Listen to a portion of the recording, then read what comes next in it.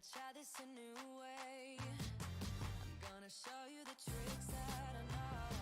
I'm getting tired of talking, and I need more of a show right now. It's time that you made your mind up, 'cause lately all it ever does is change. Feels like we're only talking, going round and around, back around. I will fight like no other every day. I won't stop like the others. I will stay. 'Cause now is the right time, and I'm feeling alright. I'm playing your game like I know I can win right now. You got me on tonight, 'cause loving you is like I'm walking a tightrope so high. I hope we turn it around. No, I hope we turn it around.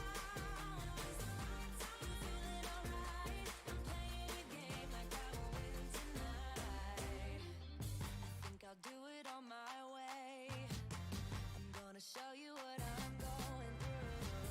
Get you out of your comfort zone, 'cause I need more of the truth right now. It's time that you made your mind up, 'cause lately all it ever does is change. Feels like we're only talking, going round and around, back around. I will fight like no other every day. I won't stop like the others. I will stay. 'Cause now is the right time, and I'm feeling alright. I'm playing your game like I know I can win right now. You got me on tonight, 'cause loving you is like I'm walking a tightrope so high. I hope we turn it around. No, I hope we turn it around. It's the right time. You feeling alright? I'm playing your game like I will win tonight. Don't forget it. Don't forget it. Don't forget it. We'll turn this around. Don't forget it. Don't forget it. Don't forget it. We'll turn this around.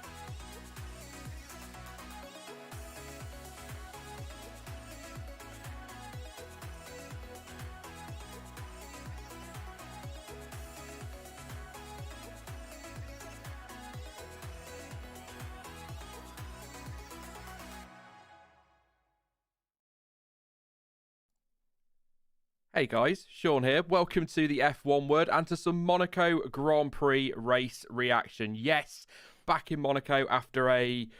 how long are we talking? 2-year wait, isn't it? We had a year off last year, 2-year wait, and we are ready to talk some Monaco Grand Prix. I've got Aldas, I'm just going to start again. We've got Aldas with me today for the first time in a year. It's his annual stream. Lots to digest from that race. Most of it pre-race, to be fair. But an interesting weekend in Monaco, and I'm looking forward to really going over that one. Thank you to everyone for tuning in.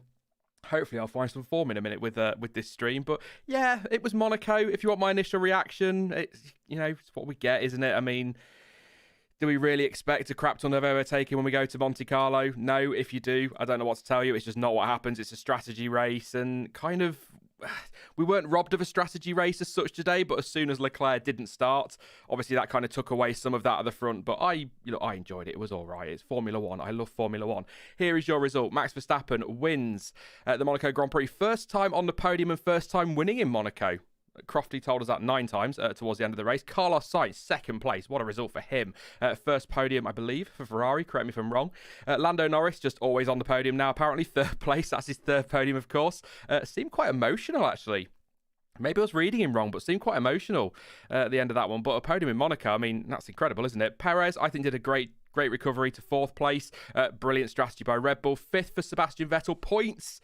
Oh, Verstappen for the win and Vettel for points. I got 2 things right in my predictions, if nothing else. Fantastic. Pierre Gasly, great driving to 6th. Really disappointing weekend for Mercedes. 7th for Hamilton, 8th for Lance Stroll, 9th for Esteban Ocon, and 10th for Antonio Giovinazzi, getting a point on the board for Alfa Romeo. Kimi Raikkonen, 11th place, because apparently where Gio is, Raikkonen is, and vice versa. 12th place for Daniel Ricciardo, 13th for Fernando Alonso.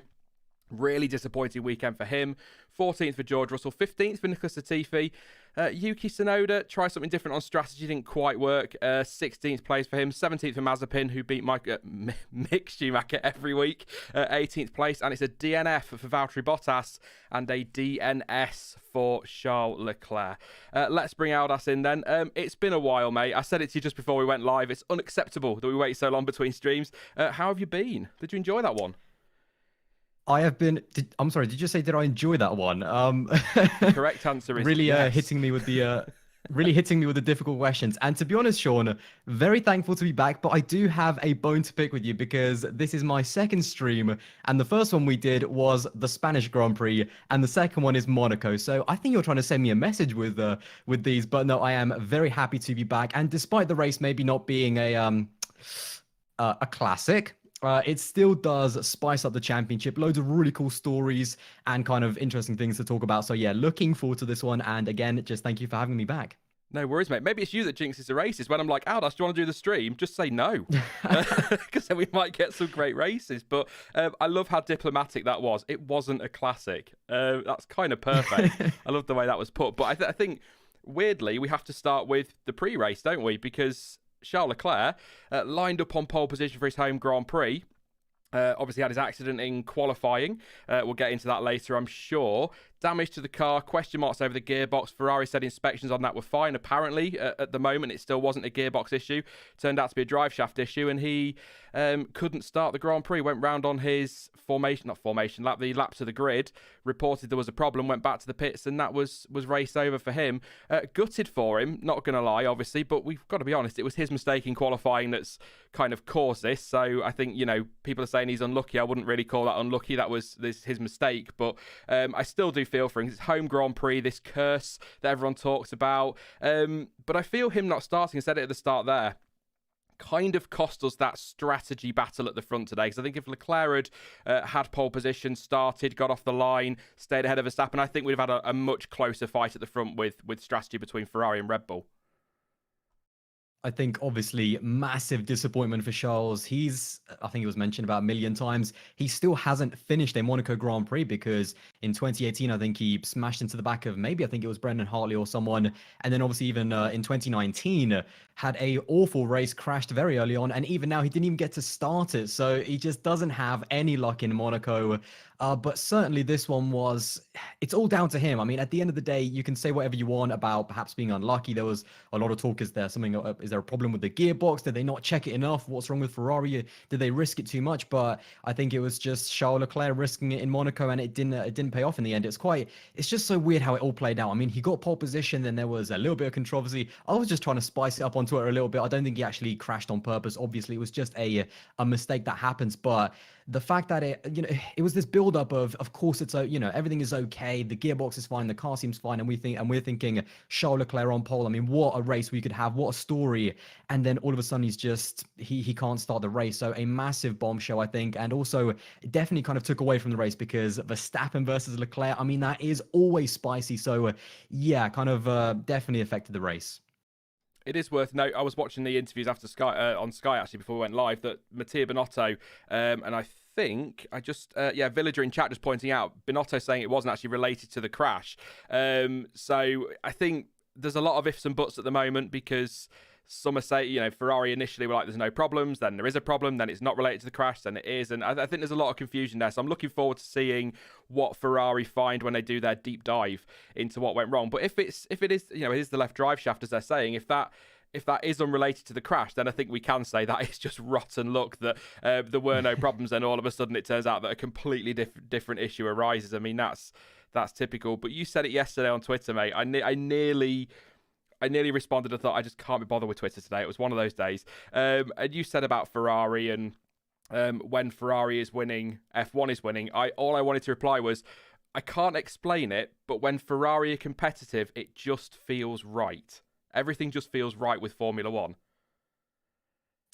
100%. I think, and the reason why there's just such an excitement around Ferrari whenever they're winning and whenever they're doing really badly. It does seem like the sport is in a bit of a downer because the last time I think we had a really close title fight and it was just, you needed to watch every single race because you just did not know what was going to happen, was when Ferrari were doing well with Sebastian Vettel and it was Lewis versus Seb. And to think about how close, I was surprised, to be honest. I thought they would take a little bit of a step up because they were quite strong in Sector 3 in Spain, but I did not expect them to be number one, even fighting for pole position, and then number two to basically being on pole and having such great pace in the race that sadly we never got to see driving out front. But there's still this allure about Ferrari. There is still this excitement. You want to see them do well, and it is just when Ferrari are doing well, it seems Formula One is doing well. But hopefully the team do bounce back because there does seem to be a decent amount of pace in that car, and certainly Carlos Sainz, what a start he has had. I mean, he's been a big surprise, and I am massively happy for him as well. I think, yeah, and I think that even if it is circuit dependent, which it probably is, and a slow speed corner, so if we go to Singapore, for example, they might do quite well as well at some of the slow speed corners, but even if it is only circuit dependent, they're still back in the fight this year for podiums if things sort of happen ahead of them, aren't they? They're in that fantastic fight with McLaren. God, I wish that was for the title.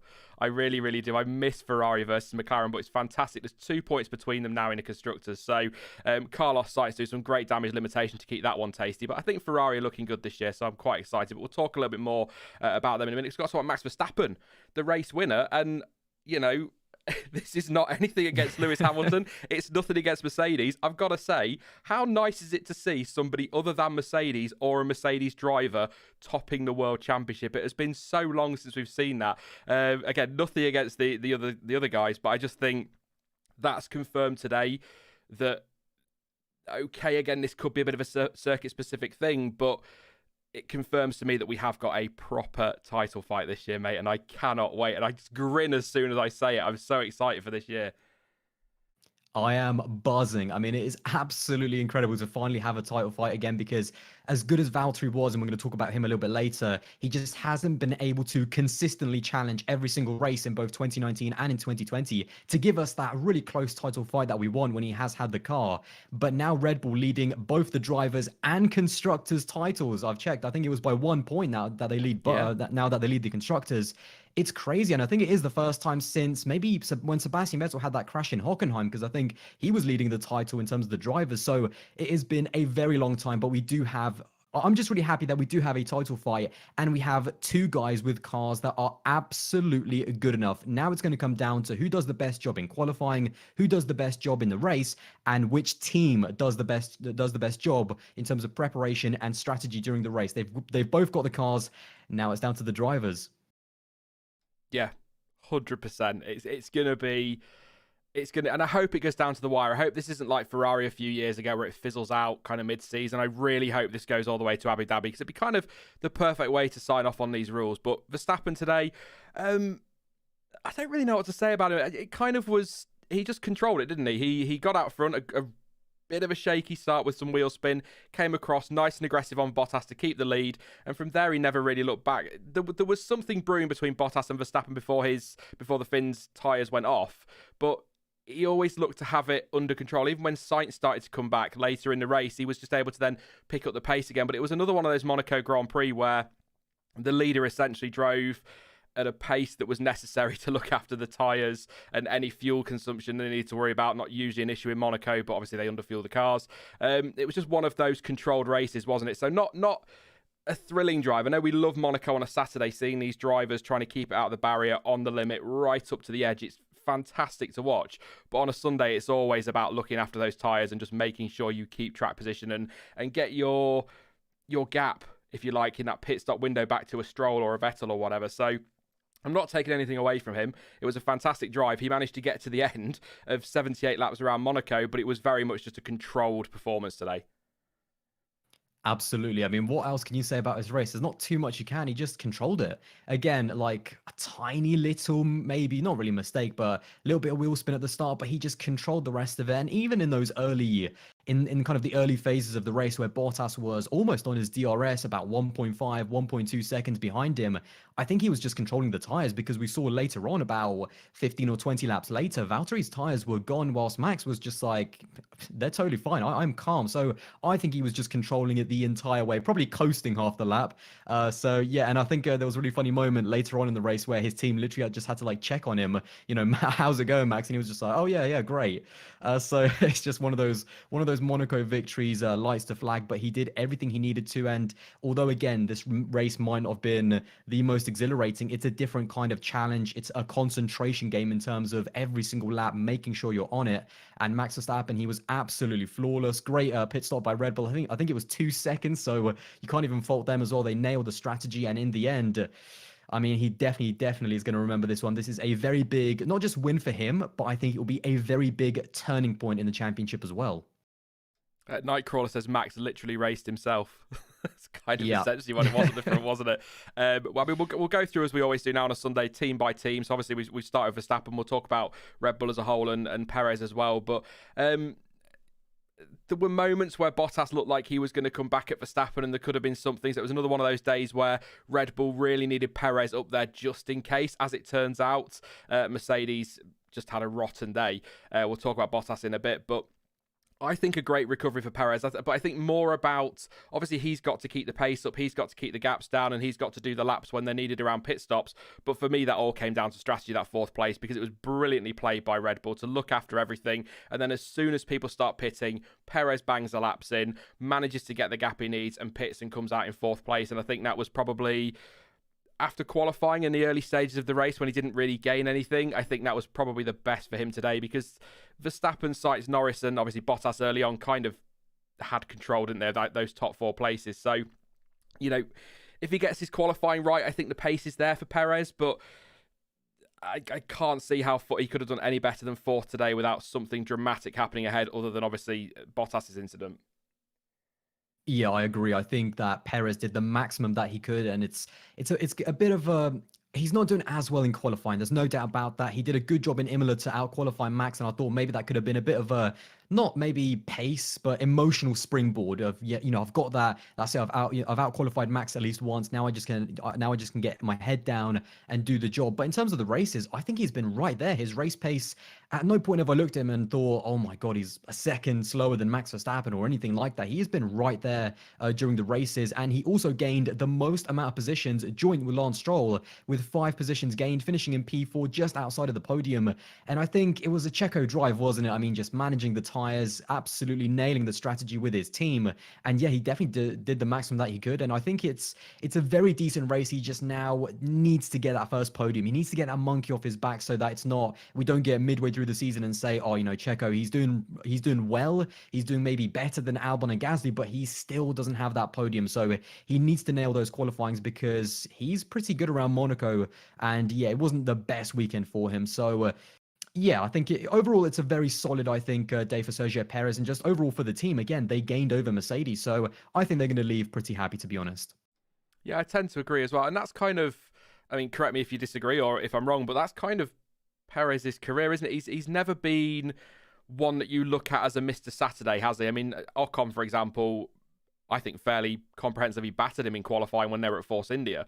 So he's very much a Sunday driver, but at the end of the day, it's points are there on a Sunday, and that's the only thing I would say is that that's fine for a midfield team like a Racing Point or a Force India, whatever you want to call them, but it's at the front, he's got to get his Saturdays right because he needs to be, at worst, 4th place. So he's there to help Max on a Sunday because that's his job. We can try and dress it up as he's a title challenger if people want, but he's not. He's there to back up Max. I think we all know that. So he needs to get his Saturday sorted, but he's never been an amazing qualifier. I'm just trying to think of anything that might be different with that. Like I say, Ocon pretty comprehensively beat him, didn't he, at Force India? Yeah, Sergio has always been... I always believed that he would nail it on a Sunday. I always believed that when Red Bull said do 20 laps, he could say he could do 30. Whatever they say for him to do, he could do more in the races. But it's just that qualifying, and again, that's what he's going to need to work on, because you can't count on every single race for Mercedes to really kind of mess it up like they did in Monaco. You can't count on that. And during a normal race, he would not have been anywhere near the likes of Lewis Hamilton or Valtteri Bottas if he did not qualify well. So it's just one of those things where, again, he's got the race pace. I do also have to say that he was also going through a few things this weekend as well, some family stuff as well. So of course, yeah. Perhaps maybe that also definitely affected him as well. But everything is okay now. So that definitely would have played a big impact. But it's just one of those.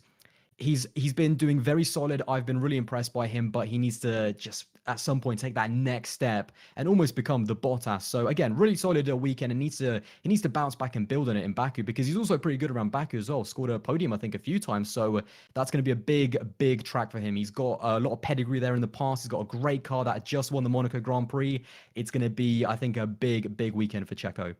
Yeah, he likes Baku, doesn't he? That could be really, really exciting. I mean, but look, we can talk about that. We'll talk about Checo maybe another day. We'll do something about it. But Red Bull are not going to be disappointed with this weekend. They're top of both championships. Max Verstappen drove exceptionally well to just control that race. And I mean, to be fair, we have to, for balance, you know what I'm like, I have to look at both sides. As soon as Bottas was gone, that was pretty much it. So he didn't have much to do other than keep it between the barriers at Monaco at over 100 miles an hour. That's all he had to do. Piece of cake. Easy. Anyone could do that. But yeah, no, that's sarcasm for anyone who didn't quite catch that. But yeah, really happy for Red Bull this weekend. Obviously, we'll talk about Mercedes, but we've got to talk about Ferrari a little bit more. Carlos Sainz, 2nd place. Is that his...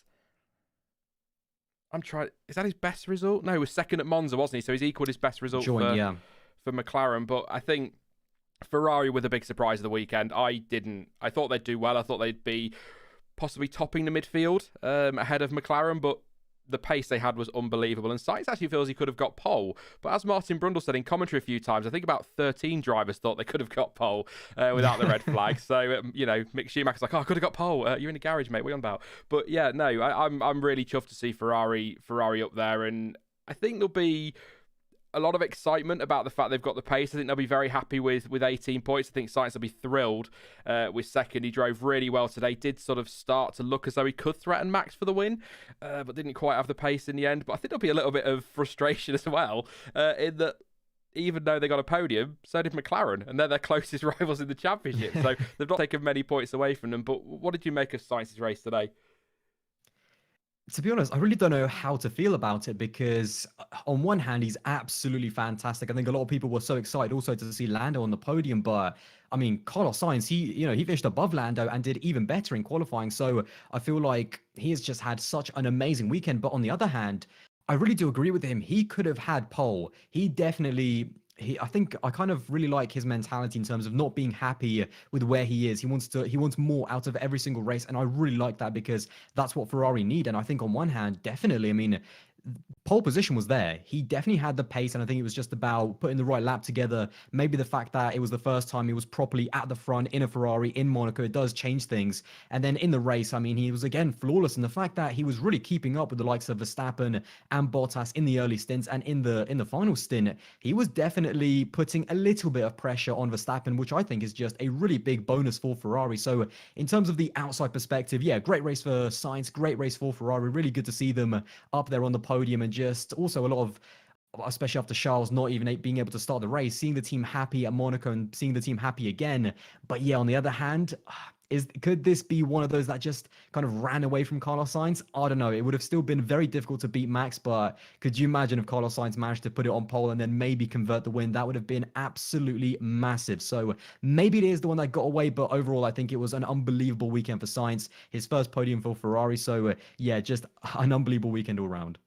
Yeah, I mean, he's definitely, out of all of those that have switched teams, the one that's got settled most quickly, isn't he? He's definitely hopped in that car. And if you look at Ricciardo's struggles, you look at how Sebastian Vettel struggled, even Checo. I know it's tough up against Max Verstappen at Red Bull, but he's struggled. He's definitely the one that's hopped in another car and really got to grips with it, which I think it's got to be a good thing for Ferrari as well, not just because he's picking up points, but because that maybe says their car is more drivable than it has been of late, certainly as it was last season. So that's really good. And I'm really happy to see them up there. So I've got good feelings about Ferrari for next year. We'll not get into that too much, but Carlos Sainz, so happy to see him up there. And it's a great result and some great banter as well with Lando Norris, who finished third, but then we kind of expect that with them too, don't we? So is it, I said this to Dan last time I was on the podium, it's kind of does this now, doesn't he, Lando? He just always seems to be on the podium. Is it even a surprise anymore? Yeah. When he has a great weekend. He's had a great start to the season, and I want to say superb drive, same for the top three, but it's difficult because apart from Perez towards the end, he was never really under threat, was he? He always looked pretty comfortable, but even with the struggles on the tyres and the fact that Perez was faster, he managed to keep him behind. I know it's Monaco, and I know it's so easy in theory to keep cars behind because you can't overtake, but he's still got to soak up that pressure and not stick it in the wall or make a mistake. Of course, if he'd have even locked a wheel into that chicane at the Nouvelle chicane, it would have been a penalty, wouldn't it? Because he'd had the black and white flag for track limits. So really great from Norris again. And I think he's come of age this year. He really, really has come of age this year. He's impressing me so much. And I was so... what's the word I'm looking for? Skeptical when he first came to F1. I felt like it was too early, but he's got better year on year, and once again he seems to be getting better race on race, it almost feels like at the moment, and he's definitely leading that team. There's no doubt. Yeah, I think in terms of the race, he was, I mean, I said this on Twitter, there's about 5 drivers who you can call driver of the day. He had a great race, kept it out of the barriers, and you make a really good point. He had no margin of error in terms of track limits because he did have those 2 black and white flags. So one more and he would have got a penalty and he would have lost that podium position. So to keep it out of the barriers, and we know that it is difficult to overtake in Monaco, but Sergio was all over the back of him during that last stint, and he definitely had a lot of pace. So yeah, great weekend for just another great weekend, I suppose, for Lando Norris. How many of these has he had? And if you look at even some of the big highlights throughout the season so far, not just the podiums, but even that really good lap in Imola that just got taken away from him, there's really big, you're definitely right, this is a coming of age for Lando Norris. And I've been one of those people that said, I'm a big fan of Lando. He did really great in his rookie season and in 2020, but I wasn't one of those that called him a future world champion guaranteed straight away. I was like, he did need to beat Sainz. So that was kind of a really big battle there. But this year, he is really making a great case for being someone who right now is definitely looking like a future world champion if McLaren give him the car. And just to top it all off, lapping his teammate and lapping Daniel Ricciardo. I mean, I wonder how that made Lando feel. I mean, he gave it, I think, a little thumbs up, but he must have had a bit of a little smile under that helmet. So definitely going to be interesting to see how things pan out for Daniel and Lando after this race. Yeah, that's got to have hurt, hasn't it? Seeing your teammate lap you and go on to take a podium. It's kind of... I don't really know what to make of Ricciardo's season because I'm reluctant to go in too hard on the likes of Ricardo, Perez, Vettel at the moment, because we've only had 5 races. But there's going to come a point where we have to stop saying they've only had 5 races or 6 races or 7 races. We can't be turning around after Abu Dhabi going, yeah, they've only had 23 races, give them time. There has to be a point where we've got to be critical. But I think, and we're sort of starting to get there now. I like to think a third of the season is plenty of time for people to get sort of settled in the team. And I just don't... It's not working for him at the moment, but it was qualifying that did him, wasn't it? I mean, he looked like, was it Spain? Where did he get knocked out of Q1? Was it Spain or Portugal?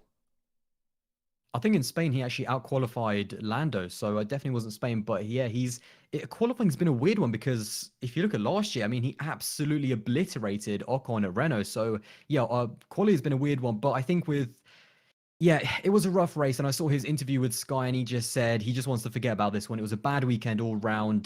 Don't try to overanalyze it too much, and I kind of do agree with him to an extent, because if we just kind of go back, just ignore Monaco for a second, he had a really great weekend in Spain. He outqualified Lando and then finished, I think it was either 5th or 6th in the points. So that was a really strong weekend in Spain. And although it hasn't worked out, I definitely agree with you. I'm not quite ready to just say that. I actually saw a few people on Twitter say, oh, that's it. That Daniel Ricciardo, he's gone. He's on the down. He's downhill in his career. And now it's time for Leclerc and Norris. And I don't agree with that at all. I think it's just, there's definitely something is not right. And I do also kind of want to get chat involved. Am I the only one that kind of feels a little bit of tension between Lando Norris and Daniel Ricciardo? I don't know if it's just me, but there's just something that's not quite right in terms of their relationship, and they're just not vibing, in my opinion. There's something there I don't know if it's just me. So yeah, it's a very kind of strange point for Daniel Ricciardo. A bad race, and I think I do agree with him. Just forget about this one. Move on to Azerbaijan. He's won there in the past. Just, yeah, forget about this one. Yeah, and it's one of those, isn't it, where like, what do they reckon? 80-90% of the job is done on a Saturday. So if he has a bad qualifying in Monaco, it's kind of it, isn't it? He's going to struggle without utter chaos. I mean, today, just as a stat for you, we didn't have a single yellow flag, no virtual safety car, and no safety car. So people like Ricciardo, who qualified what you would argue is well out of position for that car, he was never going to come through without some sort of chaos, was he? So yeah, I think you're right. I think it's a good point. Don't overanalyze it, but like I said, there will come a point in a few races where we can't keep saying, "Oh, it's only been so many races," because I don't know. We'll get onto that. A few people in chat just answering your question. I've not picked up on that, to be honest, on the tension thing. But I'm just looking now. I'm glad that some people agree with me in the chat. I don't know if it was just me. Yeah, few agree. Some disagree. I've not really picked up on it, but I don't tend to look at that too much, if I'm being honest. Maybe I'm just a bit old. I don't know. But yeah, no, I'll keep an eye on that. Now you've said it, I will look out for it. But yeah, I just think, I'm just trying to think of his race, really. Tough to overtake, as I say. Job done in qualifying, lapped by his teammate. That's kind of all I've got on my notes. So, but I think McLaren on the whole, probably very happy. Third place, probably very happy with third place in Monaco. 15 points, still ahead of Ferrari in the Constructors. I think Baku's a big weekend for Danny Rick. And I think whatever the 7th race is now, is it France now, will be a big one as well, because Baku, even though it's a street circuit, is very different to Monaco. So, I don't know, he's a bit like Perez. I think in the races, the pace is there, but he can't get his Saturdays right. And once he gets his Saturdays right, it might all click, but we'll see. I'm surprised, actually, at how much he's sort of struggled to get going in that McLaren. I thought Danny Rick would be pretty close to the pace of Lando, if I'm being honest, this season, but apparently not. Apparently he's struggling. Where are we up to? We're up to Sebastian Vettel. I am going to go through the whole field. We'll do it team by team, sort of in the order they finished, their highest driver. But it does seem kind of pointless, because we're pretty much going to say the same about all of them. It's very difficult to overtake in Monaco. Sebastian Vettel. I am so happy to see him up there in 5th place, mate. Honestly, he's had such a rotten start to the season. He's another one that's really struggled. But 5th place today, great strategy from Aston Martin, and fantastic driving to keep Pierre Gasly behind, what we saw of it, on the run-up to Casino Square. I mean, he needed that this weekend, didn't he, Seth? He really did. He really did, and what a race. And I think the thing that makes me the happiest is that it's a great race all round. It's not as if Vettel just out of nowhere pulled this result. The car seemed strong because Lance was also doing quite well. The team nailed the strategy, and in the end, Sebastian Vettel on a track where he does pretty well, actually, because he won here in 2017 and came second both times, actually, I think, in 2018 and in 2019. So he is quite handy around here. Everything just came together, and in the end, Sebastian Vettel jumping both Lewis Hamilton and Pierre Gasly, holding holding Pierre. I mean, that was a really kind of, although we didn't even get to see it on the replay, it was a really tense moment when they were side by side going into Casino. A great weekend for Seb. Hopefully, again, it can be a bit of a springboard for him to actually start his season, because it's definitely been a rough start. I think he has maybe under-delivered just a little bit in the beginning of the season, but now, I mean, Monaco, he was close to flawless. I'm really happy for him and the team, and it was just such a great race from him. And yeah, I mean, what more can you say? Just a great weekend all round, and I think it was the first time he scored points this season. So, I mean, kind of what a way to start his season in terms of the points by finishing fifth in Monaco. So yeah, just a great weekend all round. Really good, feel-good result. Driver of the day as well from the fans. So just, I mean, what else can you say? 10 points, double figures, and he moves ahead of Lance Stroll in the Drivers' Championship, despite having done nothing points-wise for the rest of the season. So he's got to be happy with that. And I think you're right, it wasn't one of those fluke results. He's not looked into this. It was great driving from him and Lance Stroll as well, absolutely. But it was great strategy. The team were brilliant today with that. They absolutely smashed it. Both the pit stops, from what we saw, were absolutely spot on. So they've got to be delighted with that. I hope it's not track specific. I hope this is a turning point in their season. I fear it might be. We'll see when we get to Baku, when things are a bit more high speed, and because Monaco's, they call it the great leveler, don't they? So we'll see if that can kind of carry on into the next few races. But he's just, I'm looking at my notes. I'm just really happy for him. Just strategy, really, and it was that jump. And then we've got to talk about the TV direction. My God. I mean, what was that about? Nothing had happened for laps. It was a typical Monaco. No one can overtake. We get an opportunity to see drivers side by side through Massenet and up to Casino Square, and instead we got to watch a replay of Lance Stroll missing an apex. What's that about? I mean, for anyone that doesn't know, by the way, in terms of the TV coverage, Monaco is actually very specific. It's the only race of the year where they have kind of their own TV broadcasters. So maybe that kind of goes into it. I don't know, but they definitely had an absolute shocker. I mean, it was just the entire race. There was absolutely no overtaking except for a few little jumps at the pit stops. And then the one time we get a side by side, so exciting, up the hill, and then they just jumped to a random replay of Lance Stroll skipping over a curb. I mean, yeah, the TV director had an absolute shocker. I don't know what he was watching, because it wasn't as if it kind of happened out of nowhere. I mean, this was building. They were coming into turn one, and Seb was on the exit, so it's not as if he thought, oh yeah, nothing's going to happen here, I'm just going to switch over. We were waiting to see how close it was going to be, and then it was just hilarious. I mean, well, it was just tragic and hilarious all at the same time, and even Crofty was like, what is going on here? Why are we watching this? And then by the time he actually came back, I think they were almost at the chicane. So yeah, I mean, I think overall just the TV direction was terrible. There was also kind of a really weird graphic where I think it was Seb they put Seb up in terms of a replay, and then it was someone else as well. So yeah, bad day for Daniel Ricciardo, bad day for Leclerc, bad day for the Monaco broadcasters. That's absolutely spot on. And even when they came back to do a replay of it, they went to a pit stop again, didn't they? Halfway through the replays, we didn't even get to see it from the onboard with Lewis. So I was like, oh, that is terrible, absolutely terrible. But hey, and you're right, it's a different broadcaster or different directing team or whatever that put that one together. Just one thing actually on Perez, I forgot to mention. It's in my notes. It's under Vettel for some reason. Perez obviously undercut Vettel, Gasly, and Hamilton to take P4. I don't know if I mentioned that, but I'll say it anyway. But really good weekend for Aston. Like I say, hope they can kick on from here. Do you suspect it might be track specific, Aldas? I fear it might be. I think it may be, but at the same time, I think it's kind of difficult to rank where all the car performances are at the moment. I do genuinely think that overall, over the past 5 races, they are above Alpine, but I do think they just have a little bit still to catch up to the likes of Alfa Tauri, and then obviously McLaren and Ferrari as well. But they're in the mix, and I think if they just develop that car even more, because again, they kind of started on the back foot, I do think that there's more potential in that car. So I think there's still plenty to play for Aston Martin, and it was a very strong and a much needed weekend for the entire team, actually, because even Lance Stroll did a decent job. He actually made up the the most places, along with Sergio Perez on 5. So a really great race from him as well. He made the really long first stint work. He did have a few on-track excursions, but bouncing over the curbs once or twice. But other than that, even a good race for Lance Stroll. So all round, just a really great and a much-needed weekend for Aston Martin. Yeah, and they move up ahead of... I think they effectively swapped places with Alpine in the constructors as well. They've gone 5th, I believe, with that result. So potentially a big one.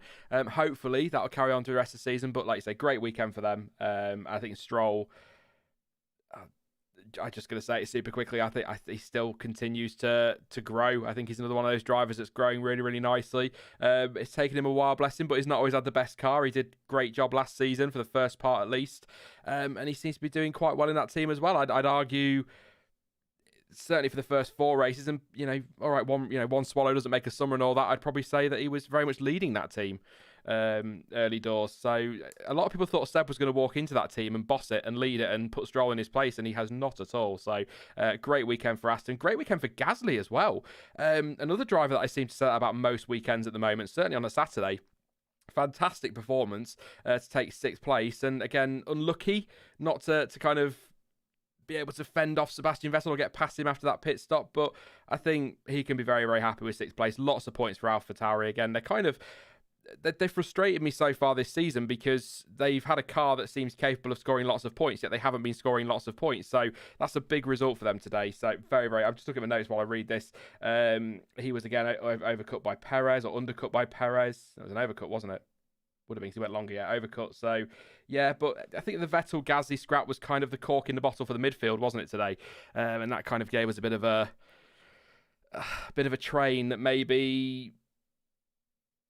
what am I trying to say? That was the one that Verstappen and co were trying to avoid, wasn't it? So that kind of maybe cost us something at the front, the fact that the likes of Hamilton couldn't get through that. But again, it's Monaco. It's always going to be that way. But yeah, Gasly, he's kind of wowing me at the minute. I think he's... think where he was mentally and as a driver at the time when he was dropped by Red Bull. He's done a great job since he got back in what was Toro Rosso and now AlphaTauri, hasn't he?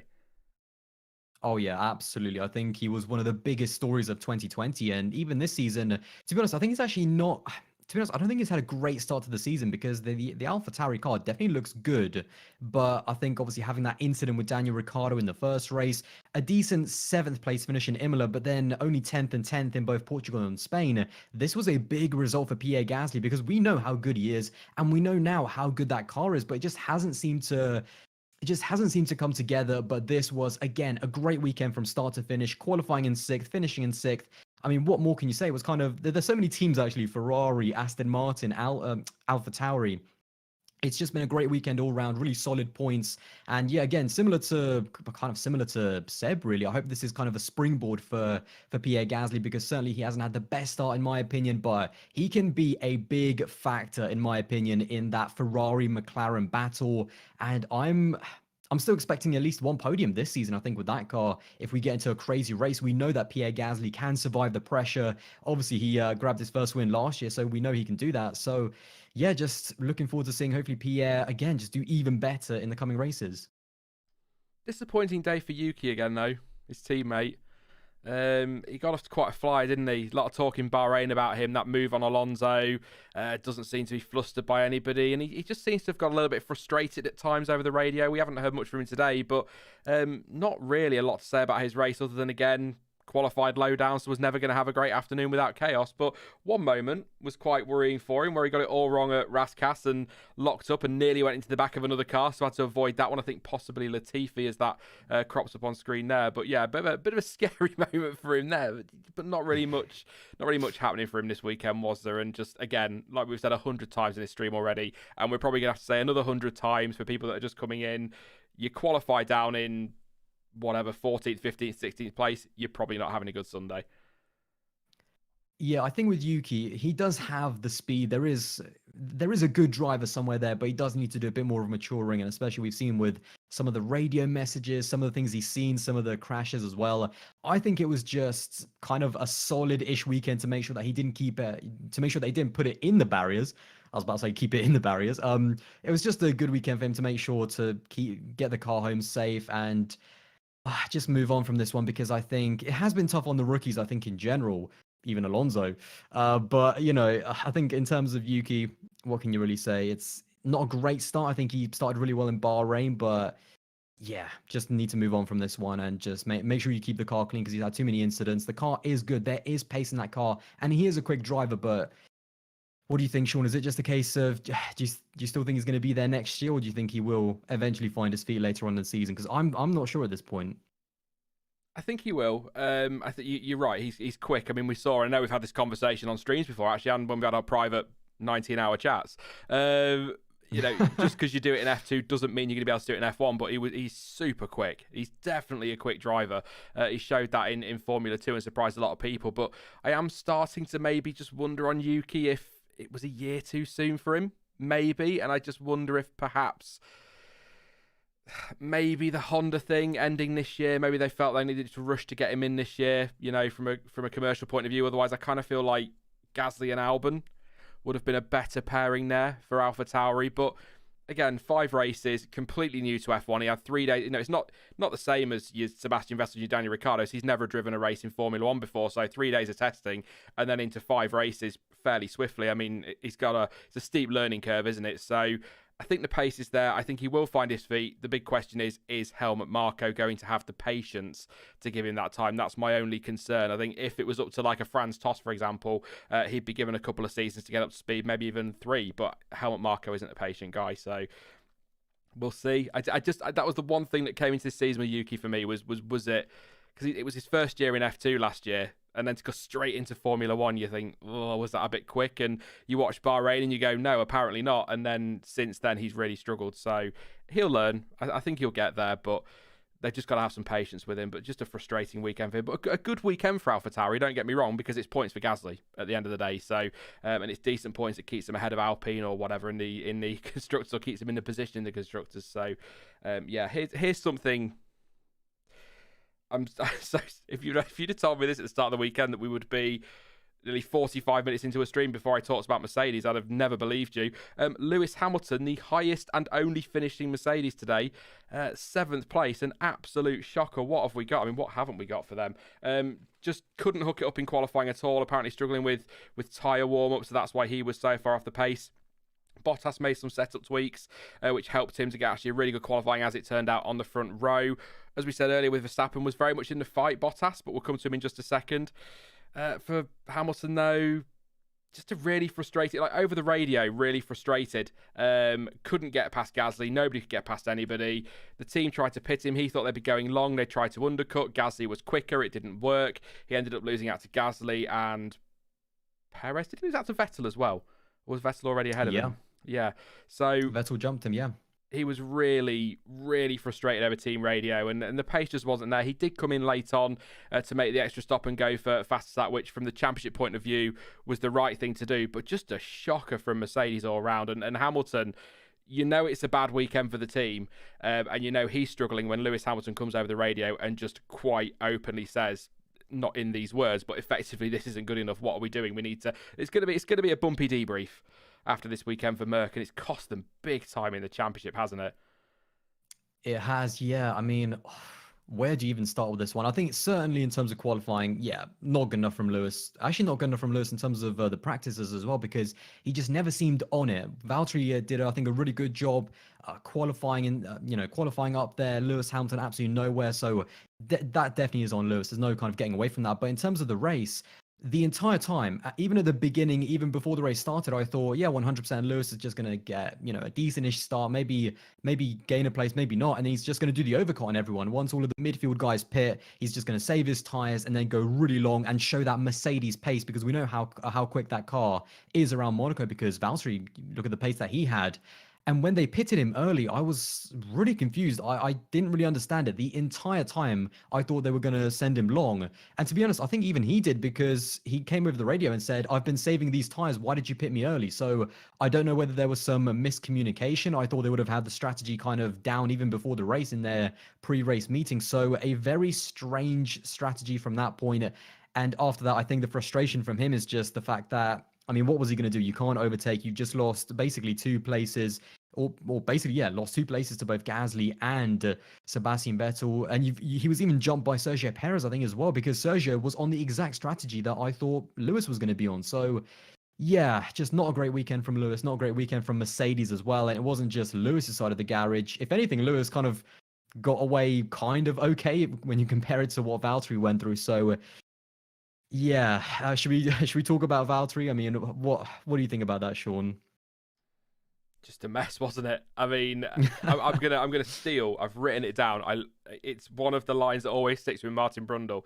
He used to say a lot about Johnny Herbert, but essentially, if Valtteri Bottas didn't have bad luck, he wouldn't have any luck at all, would he? I mean, that was all bad luck. What was that about? So if he didn't catch it, came into the pit lane for his stop, was like I say, kind of in the fight with Verstappen. He was closing the gap, and then his tyres went off and he fell away. So that kind of fell up, that kind of stopped. But he looked pretty good for second place. I think that was looking good for him. And then came into the pit lane.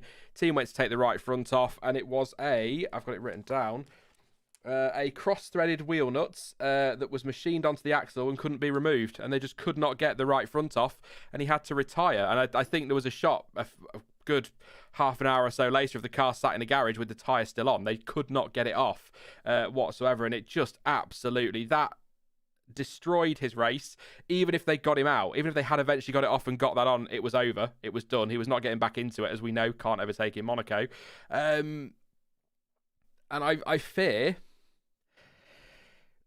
5 races in, I say you can't write drivers off until you've had her third of the season, but I think Mercedes will probably be sitting down now and trying to work out how Bottas is going to help Lewis Hamilton in this title fight, because I think that is possibly game over already, because I do not see Verstappen and Hamilton retiring from enough races or dropping enough points to bring Bottas back into play, especially if the luck is not going to be one of those years where the luck's not on his side. I mean, what can you say? Just an absolute shocker, and so un-Mercedes. I know they've always had little issues with right fronts in the past where it takes maybe an extra second or two to get it off, but nothing like that. And that is, I think somebody said the debrief for Mercedes is going to have more drama than the race in the chat there. But I feel so sorry for Bottas. I really do. And, he's not...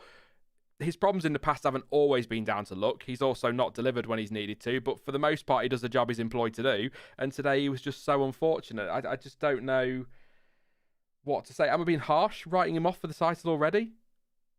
23, potentially 23 race season. Harsh, because I mean, if we're being realistic, even before the season began, we always knew that if the cars were good, and even after Bahrain, of course it was going to be over the course of a whole season, Hamilton versus Verstappen. But that doesn't matter, because we have to, in terms of this race, I mean, it was so painful to watch, because he was right there, second place, in the thick of it, maybe fighting for the race win if the undercut somehow was better than the overcut, which maybe it would have been. But it's, it doesn't matter, because just watching him in the pits, stuck, and that front right, they're trying different wheel guns, they're trying to get it off, and he's just sitting there, and it was just so painful. And to be honest, I was looking at the pit stop and thought, okay, he's just going to go at the back of the field, so unlucky. And then when they actually retired him, I just thought, oh my God. I mean, it's just, what can you say about that weekend? Yeah, I actually... Valtteri does have his critics, and sometimes it's right, sometimes it's not. But he has been so unlucky on so many occasions. Even going back to, I think it was Silverstone, where they had all those punctures. He had his puncture way earlier than Lewis Hamilton, so he lost way more time. Just little things like that with Valtteri there. He does have a lot worse luck and a lot worse reliability, and this was just... I mean, how do you pick him up after that? Because he should have had a big result. That second place would have been massive for him, and it would have been massive for Mercedes as well.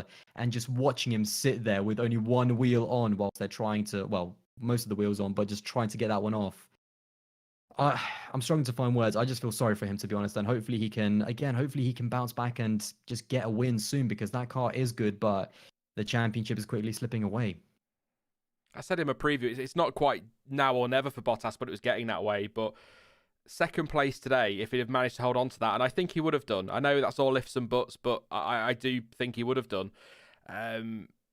With Hamilton down in 7th place, or would have been 8th, wouldn't it, if Bottas had finished? So it would have been a big haul of points on his side that might have just brought him back into play. But I've been critical of him. Of course I've been critical of him in the past. I'm not going to sit here and pretend I haven't, but I don't dislike the guy, and I want him to do well. He's, for so many years when there hasn't been a challenger to Lewis Hamilton, I'm like, come on, Valtteri, we need you up there, mate. But it doesn't go his way, and it seems to, like, so how do you pick him up from that? He's done nothing wrong this weekend. I would say this will go down really well, but I don't know how anyone can disagree. I would say out of the two Mercedes driver, he's been pretty solidly the better driver this weekend. And again, it's luck that cost him that, as it often is when he's been the better driver across a weekend. It doesn't happen often, but when he is, I mean, it's not necessarily bad luck, but Russia a few years ago, I think he was doing a great job to kind of beat Hamilton that weekend, had to move over because of the championship for team orders. That was a kick in the nuts. It was the right call. Obviously, people would argue at the end of the season with the gap being so big it wasn't, but at the time it was the right call. We've seen it before where he's looking good. Baku 2018, leading the race, looking good, gets a puncture. I mean, I just feel for him. So he definitely has bad luck. He doesn't always nail it with the pace, but he's had a lot of bad luck, and that's what today was. But it's a mess at Mercedes. I've just seen Shivam say something in chat about wanting to pay for the Mercedes debrief. I'd love to pay for an audio of that. I think listening to that debrief would be brilliant to listen to tonight. But yeah, I don't know. I'm guessing Drive to Survive are literally just outside that door right now, getting their mics in the window or something, or trying to on a really long pole or something. So yeah, that is. I mean, what do you even say in that debrief? Because Lewis had a poor race from start to finish. In my opinion, terrible strategy to put him in early, and then Valtteri. I've never actually seen that, to be honest. I've never seen a wheel literally be basically glued to the car to the point where you have to retire the thing. So yeah, I think a tough one for Mercedes, and it's just one of those learning curves. They say it all the time, and the thing about Mercedes is that they just bounce back, don't they? They do have a habit of just bouncing back stronger. So I think they're going to be out for revenge for sure in Baku. Oh, they'll 1-2 front row lockout and bog off and win the race by a mile next time. And then we're gonna forget. Yeah, we're gonna forget about this pit stop. But by the time Lewis is winning his 8th world title, and it's gonna be like, yeah, does anyone remember Monaco? No. One more thing about Mercedes I do need to mention. Keep your ears open. Keep an eye on the channel. Keep an eye on motorsportweek.com as well. It's going to get a little bit bitchy behind the scenes over the next couple of weeks because we're getting onto the rear wing saga, the flexi bendy rear wings. Toto Wolff saying that if Red Bull do run it in Baku and it gives them the performance they expect it will, then they will protest it. And if that is thrown out by the FIA, they will take it to the International Court of Appeal. So it's all going to get a little bit nasty. So keep an eye out on that one. We'll talk about that Azerbaijan week though. But I really hope if it's a political week, we have a cracking race in Baku so we can just enjoy the on-track stuff rather than talking about all the politics around it. But yeah, shocker for Mercedes. And I can't remember what they said. The stat, is it the first time they've not topped the championship since Germany 2018? It would have been. Yeah, it would have been. Wow. It's Shocker. crazy. It just doesn't sound right, but in the back of my mind, it does. Is it bad that it does make me a little bit happy because we've seen Mercedes and Lewis lead the title so many times, and rightly so, because they've been the better team with the best car and the best driver. But now they're a little bit on the back foot. It's Red Bull with the momentum. They've got to now play the catch-up game, and they can make mistakes. We've seen Mercedes, especially in 2019 and 2020, just be close to flawless, except for maybe a few occasions when, pit stops like Sakir. But for the most part, they've been the team to beat in terms of car and performance and everything. Now they're on the back foot. Now they do crack under pressure, and it is quite good to see. I'm quite happy about this weekend in a way, because I think it just spices up the championship even more. No, I don't think it's bad. It just means we've got a competitive season, and I think this is going to be the first time that Mercedes have been under real pressure in the turbo hybrid era for the title, even more than when Ferrari were kind of half challenging at the start of the first half of the seasons in 17 and 18. I think this is the most pressure they're going to be under because Red Bull look like they're in it for the season. So, and don't forget, this weekend was without the bendy wing. So it's not just the wing that's the thing, is it? So, but anyway, I don't think you're wrong. I think there'll be people that tell you that it's biased to say that and that you hate on Mercedes and Lewis Hamilton, but it's not. It's because we as fans, and it's the line I've always said ever since I've had the channel, I don't care who wins the title, it's how we get there. And if Lewis Hamilton wins the title at the end of the year and he wins it by 1 point from Max Verstappen, fantastic. What a season that's been. Do you know what I mean? That's what matters to me. So let's roll on. We'll take some questions from chat as well shortly as well. We'll just get through the running order and then I can answer any questions you've got about the race that we might have missed. So Ocon and Alpine, tale of two drivers really. Esteban Ocon, who I think has been one of the standout drivers in the midfield this season. Might surprise people, but he's really impressed me. Ninth place today, couple more points in a car that really didn't have the pace this weekend, or didn't seem to have the pace. Could be very, very happy with that result. Fernando Alonso, who I thought was going to turn up here and absolutely smash it, with his experience. Just where's he been all weekend? I'm so surprised. I thought his experience would be key, but maybe still not quite right with that car a year out. Obviously not helping as well, but yeah, I mean, what have you made of Ocon so far this year? I've not had a chance to ask you about this really. I know we've disagreed on Ocon a few times in the past, but I think he's had a really solid start to the year. I've been really happy for Esteban because I think going into the season there was so much pressure with, is he still going to be in that team? How is he going to handle Fernando Alonso? How is he going to react after getting beaten quite thoroughly by Daniel Ricciardo, and he has really stepped up. And more than anything else, actually, in qualifying in particular, that's the bit that I've been really impressed with, because he was always solid during the races. I don't think there was, at no point did I think that he was miles off the pace, but it was that qualifying, always getting out qualified by Danny Rick, always starting on the back foot, and he has really stepped up. I think it's like 4-1 now to Esteban Ocon, so that's been really great. He's been really good in the races as well. So yeah, just great to see from Esteban, because he is a good driver. Maybe it did take just that entire year just to get back into Formula One and really get into the groove, because he was a great driver when he left in 2018, and he's kind of picking that up now. The only problem is that Alpine car is just not good enough. I mean, they had one decent weekend, I suppose you can say, in Portimao, where both Esteban Ocon and even Fernando Alonso were really on the pace, maybe looked like the best of the rest. But in every single other race, the car is just not there. And I think it was Martin Bukowski, I think his name is. He said that they just couldn't turn on the tires. So yeah, that car is not great in my opinion. I think it's even worse than the Aston Martin. Looking over the 5 races that we've had as a whole. And yeah, they're definitely going to play catch up. How long are they going to keep developing this car, or is it just now fully think about 2022 and just let the drivers kind of see what they can do with this car? So yeah, I think for Esteban Ocon, it's been a great start. The car is just not good enough in my opinion. And then when it comes to Fernando Alonso, he's definitely been massively under-delivering in qualifying. That is a big surprise. I don't think Alonso has ever been the best qualifier. But I think in the races, he has shown glimpses. I mean, even in this race, he gained 4 positions, which isn't actually too bad. In Monaco, he did have some good races in Portimao as well. They tried a bit of an interesting strategy in Spain, which didn't work out. But I just haven't seen a clean and solid weekend from Fernando from start to finish. There's been highlights. There's been moments where he's kind of looked like the old Fernando. He keeps saying that the car is just, you know, he's not quite clicked with the car just yet. So how long will that take him? And will he ever return to being the old Fernando? I think that's going to be the really big, interesting thing to see. I do think that he is going to get better for sure, but he needs to sort out his qualifying, because again, I don't think he's been poor in terms of the races and some of the pace that he's had, but qualifying, I think he's been shocking, to be honest. Yeah, I'm just quite surprised by how I thought Alonso, obviously even with a year out, would hop in and would just get to grips with it. But I agree, the car's not great. I'd be very surprised if they're not already focused on next year, to be honest. I think they should be. They're not. I don't see how they're going to be challenging Ferrari and McLaren for third. I think their battle is really at best for 5th place, but that might be a push. So yeah, I mean, tale of two sides of the garage again this weekend. And Ocon, did he out-qualify Alonso 4 races in a row now? I mean, nobody does that.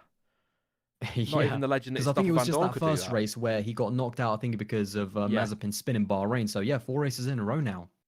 I mean, just fantastic from him this year, and I think he's basically performing himself into a new contract as well. So, I mean, it's all working for him. I just hope it comes good for Alonso as well, because I know he's very much there to help them for next year. And I think he's going to be such an important person to have on board with all the changes coming next year. So that might be give him the year like Ocon to get back up to speed. Maybe Alonso, you could argue, needs a little bit less, but that's kind of how I'm looking at it right now. But race-wise, again, all strategy now overtaking. Alonso a bit surprised towards the end to be putting the softs on, but it made sense with a few laps to go. He went super long, as did Yuki Tsunoda actually, on his tyres. Tsunoda didn't pit until lap 65. I mean, that's crazy, but yeah, not much to say. Again, we'll come to chat in a minute. If you've got anything you want me to talk about with those two, we'll do that. Antonio Giovinazzi, point on the board for Alfa Romeo, which is great stuff. I think he's... I love Kimi. We all love Kimi, really. Even if you say you don't, you know you do, really. But Giovinazzi's really doing such a great job in that team at the moment as well. And I think, you know, Kimi isn't in his prime or anything like that. I'd never claim that. But I think Gio has got the potential to boss that team going forward, and I think I'm delighted to see him get a point, because he's had a good start to the season, and so have Alfa Romeo. They were the big surprise for me in terms of pace. But yeah, I mean, come on, Aldas, what did they do in the race? Give me something to talk about other than strategy and no overtaking. I literally did not see the Alfa Romeos. Actually, to be fair, I did see Giovinazzi kind of really be right on the back of, I think it was Esteban Ocon for quite Of a course, few yeah. laps. So that was quite good. I don't have too much to say about Kimi Räikkönen. I literally did not see him pretty much the entire race. But for Giovinazzi, scoring that 1 point and really having quietly a very good season, because I've been waiting for Gio. I do think that he is a good driver, and I've been waiting for him to outperform an older Kimi Räikkönen, but it just hasn't happened in the first 2 years that they were teammates. And finally, now that experience, that kind of being comfortable with the team and being comfortable with the car, it's all clicking in 2021. He is thoroughly outclassed, I think, Kimi Räikkönen, and hopefully this is just going to be the start of bigger things for Giovinazzi, and certainly with some of the big Ferrari juniors as well in Formula 2, there is a lot of pressure on his shoulders. But yeah, I think he's had, considering the car that he is driving and kind of his teammate as well, and the form that Kimi has been on over the past 2 or 3 years against him, I think it's been a very, very good start for Giovinazzi and a really good race for him to as well to score that point. Yeah, it's a nice. It just gives. They were ahead anyway of the other two in the championship. But it's nice to get that point because it's going to be tough for Williams and Haas. So Haas ain't scoring anything, are they? Unless there's chaos. But you never know. You never know. But it's going to be tough for the others to score points. That might be enough in the end, come the end of the season, to secure 8th place in the championship. Too early to say, of course. We've got some crazy races. Baku tends to be quite chaotic, so God knows what's going to happen there. But a couple of interesting points in chat. I just want to pull out quickly. Vicky says, not sure if it was Alfa Romeo's strategy or Gio's race pace to be questioned as they allow Stroll to get ahead. Ocon's pace so ensures Stroll jumped the pair of them. Again, very much strategy. Cassetti says, Kimi was fast in the end. Ocon was a bottleneck for both the Alphas. You said there about him getting right up behind Ocon. So maybe the pace was there for Alfa. Maybe if he had been able to jump Ocon or make an overtake or whatever, then maybe Alfa Romeo could have been right up there and ahead of Lance Stroll even, if strategies had worked out that way, because they were close. I mean, Gio was 4 tenths behind Ocon over the line, and Kimi Räikkönen was only 1.3 further back. So the car's got good speed in it this year. We know that about Alfa Romeo, but I think they're going to be really, really happy with this weekend. We've talked about Ricciardo. Anything you wanted to add on Räikkönen? Aldas, I know it's tough when you don't really see a lot of them. The director was focusing very much on slow-mo replays today. Well, absolutely nothing. I mean, I love the way the Alfa Romeo looks. So despite the fact that I never saw him, I'm sure the car looked great. I like that. In terms of the livery, by the way. Lovely paint job. Lovely paint job. Why not? Exactly. Williams, 750th Grand Prix, 14th and 15th, beat both the Haas boys and finished ahead of Tsunoda. So I suppose in their fight at the back, that's a good thing to be beating an Alpha Tauri. Obviously, Tsunoda ran stupidly long. Russell, I think, fancied a crack at Alonso at one point. Was getting a little bit frustrated, stuck behind people. But yeah, I think 14th, 15th, both drivers got to the end. That's kind of what teams like Williams and Haas have got to do, really. So I've not got anything written down for them at all, other than congratulations on 750 Grand Prix. And I hope one day we see Williams back up there fighting for titles again, because that would also make F1 feel right again, I feel. And Nikita Mazepin and Mick Schumacher, how many on-track overtakes do you think there were? Chat, let me know. Officially, I think it's going to go... Well, I'm not going to tell you, actually. Wait a second, because I'm going to give the answer before you've even told me. Duh.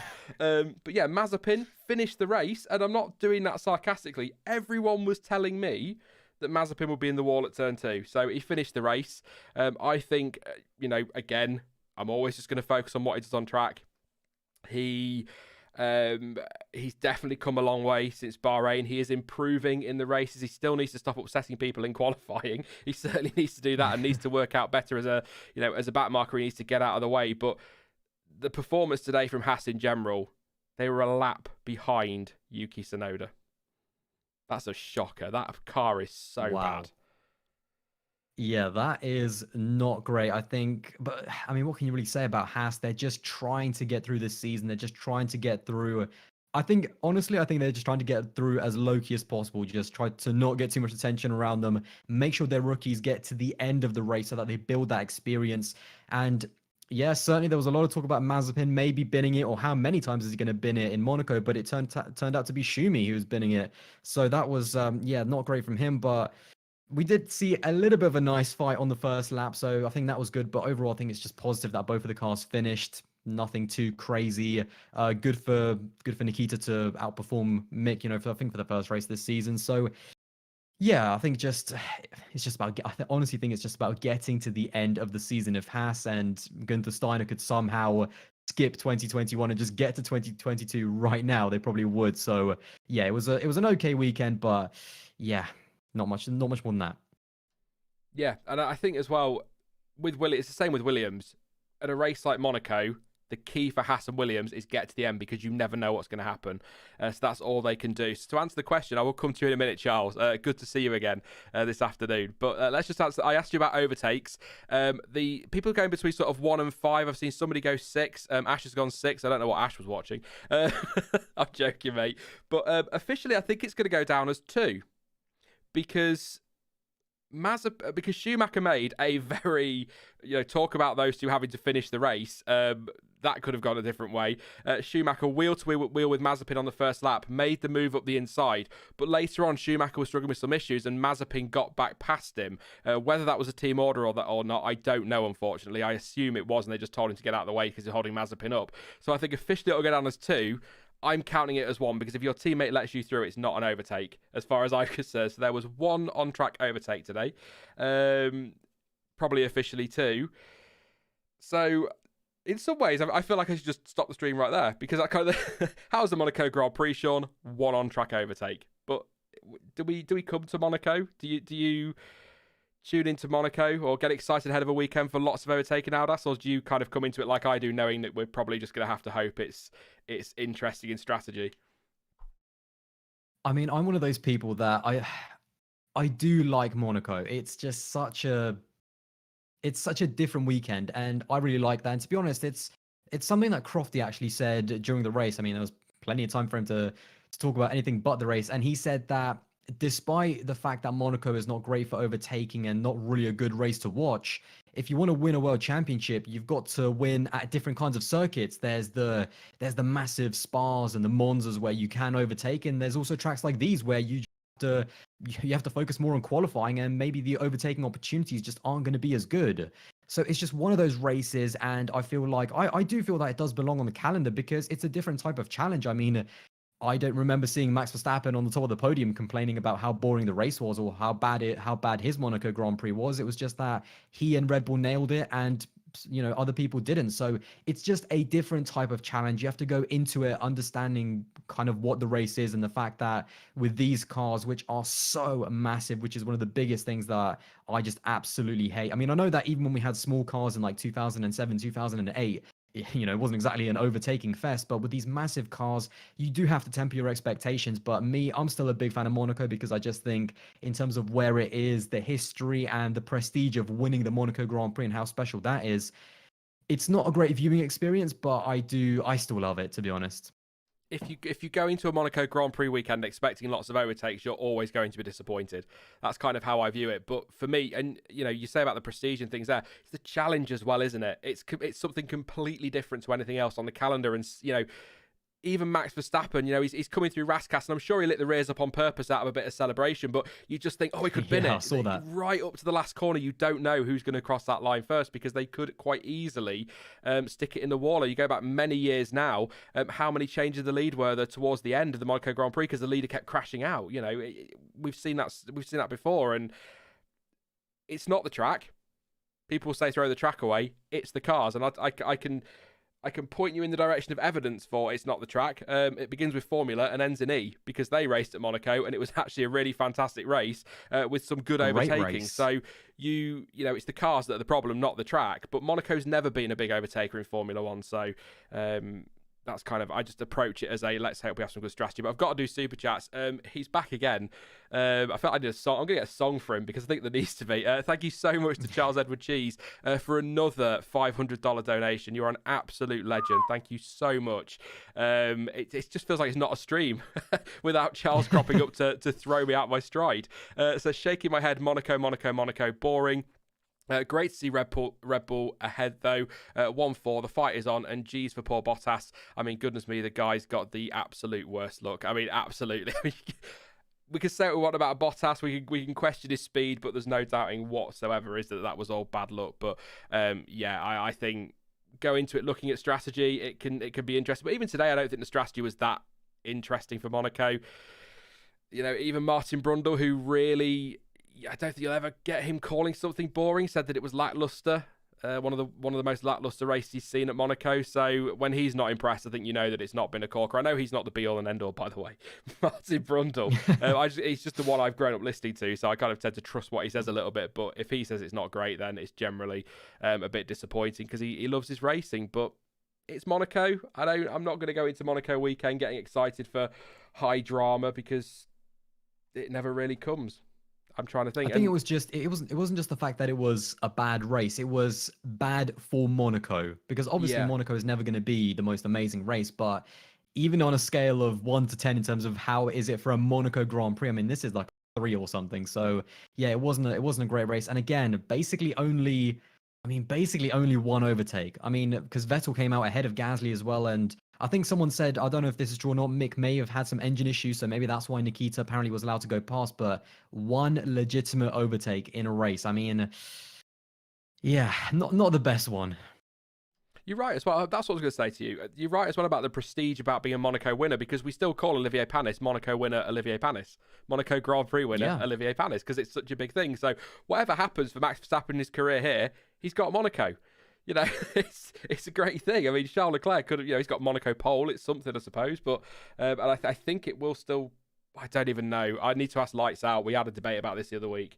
I think it was blowing your mind as well, Aldas, trying to work out whether it still counts as a poll or not. I'm sure it was you that initially asked the question and I brought Lights Out and I was like, please help us because I think it's all down to dictionary definitions. But thank you to Justin as well for your super chats. 2 of them. Thank you very much, mate. He says, I like Monaco racing is boring. Tactics is great. And don't forget to like the stream. Yes, please do drop a like if you are watching. I'll do my YouTube bit. 1,700 watching, 329 likes. Please do leave a like. Let's see if we get up to 500 again. We did do just last time. It's great when these can get over 500. So please do drop a like. Don't forget to subscribe if you're new and all of that business. Thank you as well to Felix. Says, what chances would you put Verstappen to actually win the championship at this point? I can't help but still feel it's incredibly low. Honestly, sort of relatively quickly because I don't want to dive too deep into it because I'll talk for hours about it. But he has a chance. And I'm more confident about Verstappen winning the title than I was when Ferrari were kind of challenging early doors back in 17 and 18. But there's just that lingering feeling for me that this is the Mercedes era.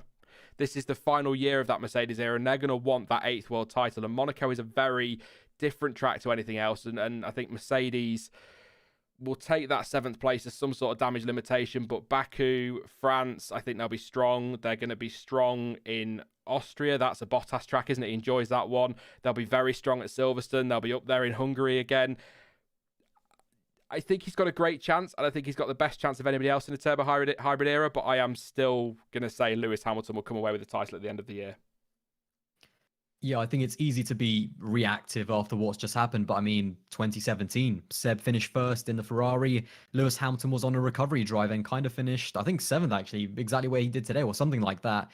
And then, I mean, look what happened by the end of the season. I still think over 23 races, we've seen Mercedes kind of steal Bahrain. We've seen Mercedes and Lewis Hamilton kind of luck out a little bit in Imola with a pretty good 2nd place, which arguably he shouldn't have had. We've seen Mercedes nail the strategy in Spain. So I still think Lewis Hamilton's experience, Mercedes is, despite the fact that, yes, they didn't have a great race, just the way they are over the course of a whole season. If the championship was 5 races or 10 races, maybe we'd have a different conversation. But just like we saw with the Ferrari kind of days in 2017 and 2018, in the first half of those seasons, Mercedes were kind of a little bit on the back foot, challenged by Ferrari. And then by the time we got to the second half, Lewis Hamilton and Mercedes just hit another gear and it was over. So it's hard to not bet on Lewis Hamilton. So I'm still going to go, I think, over the course of 23 races, I still think it'll be Lewis. He's done it before. So it's a psychological thing. It's going to be greght, though. I mean, with 5 races in, the game's already started. It's going to be fantastic come Abu Dhabi. They're just going to be throwing apples at each other. Why apples? Why are they going to be throwing apples at each other? Why not? And Razor, thank you very much. It says, Ricardo Norris relationship seems more serious and strained, ? Lando seems to be laser focused and trying to shed the young, immature meme lord personality. I think, see, that never bothered me. I know some people didn't like the whole memeing thing and all the time he spent streaming and social media.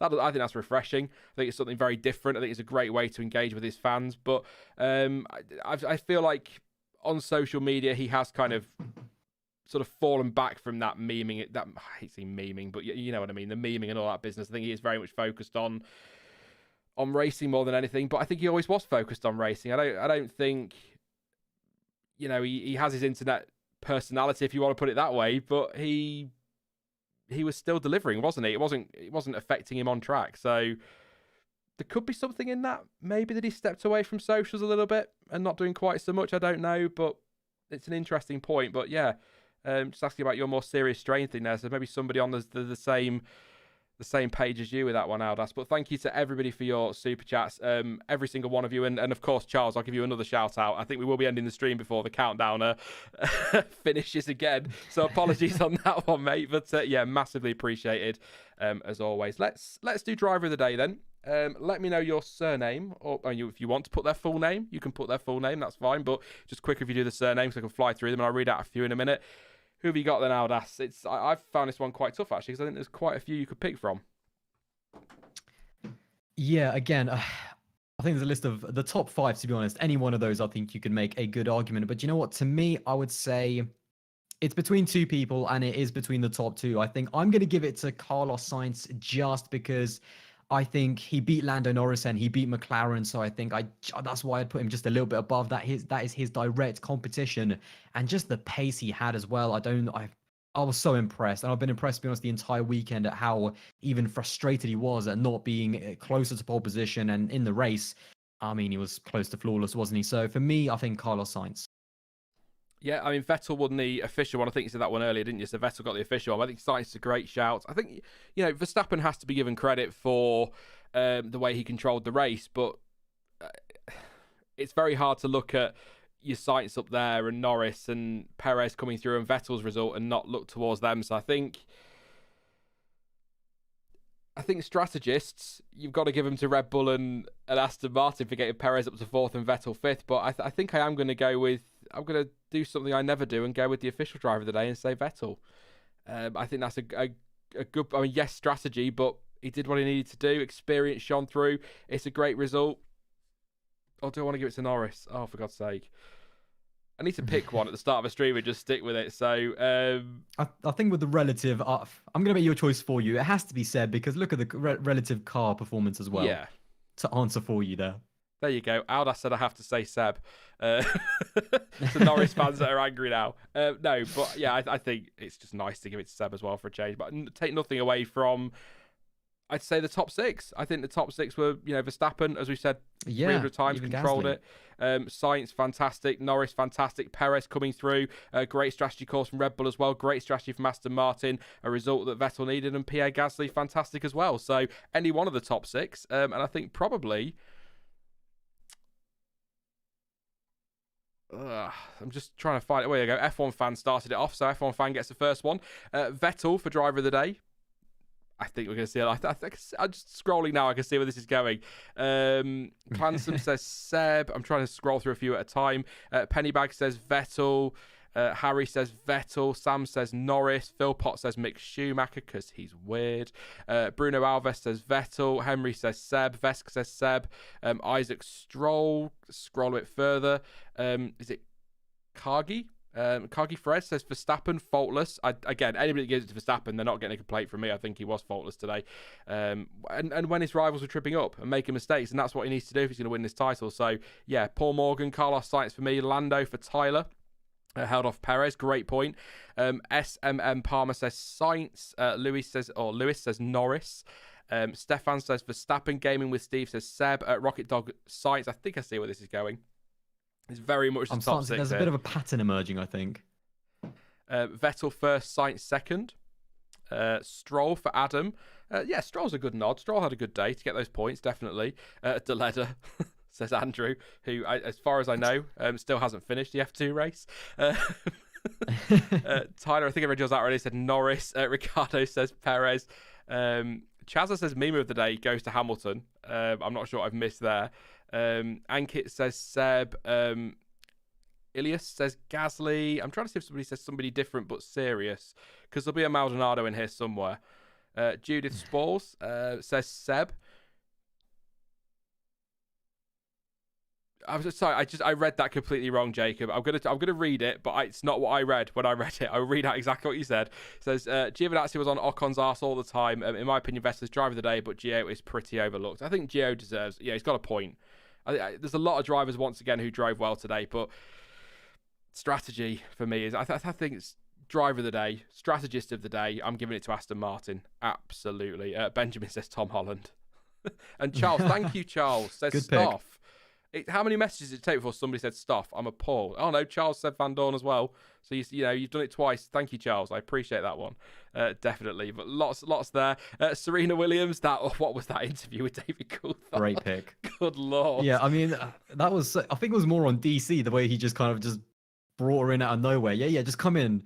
I don't think she expected it. So yeah, that was interesting. JV says TV director, of course, and I'm going to quickly scroll back up and just see. Rogro. I see a bit of Rogro. Oh, we're not that desperate for a driver of the day today. Dan's not here. We can let that one go. I'm going to get a message later, aren't I? Just full of abuse. No, I think it is very much. He's on the blower right now, just ready. He'll drop in the chat any minute. Yeah, very much the top six seems to be the way that we're going with that one. I think that's fair. Some really good drives today. Absolutely. So we'll take some of your questions in a moment.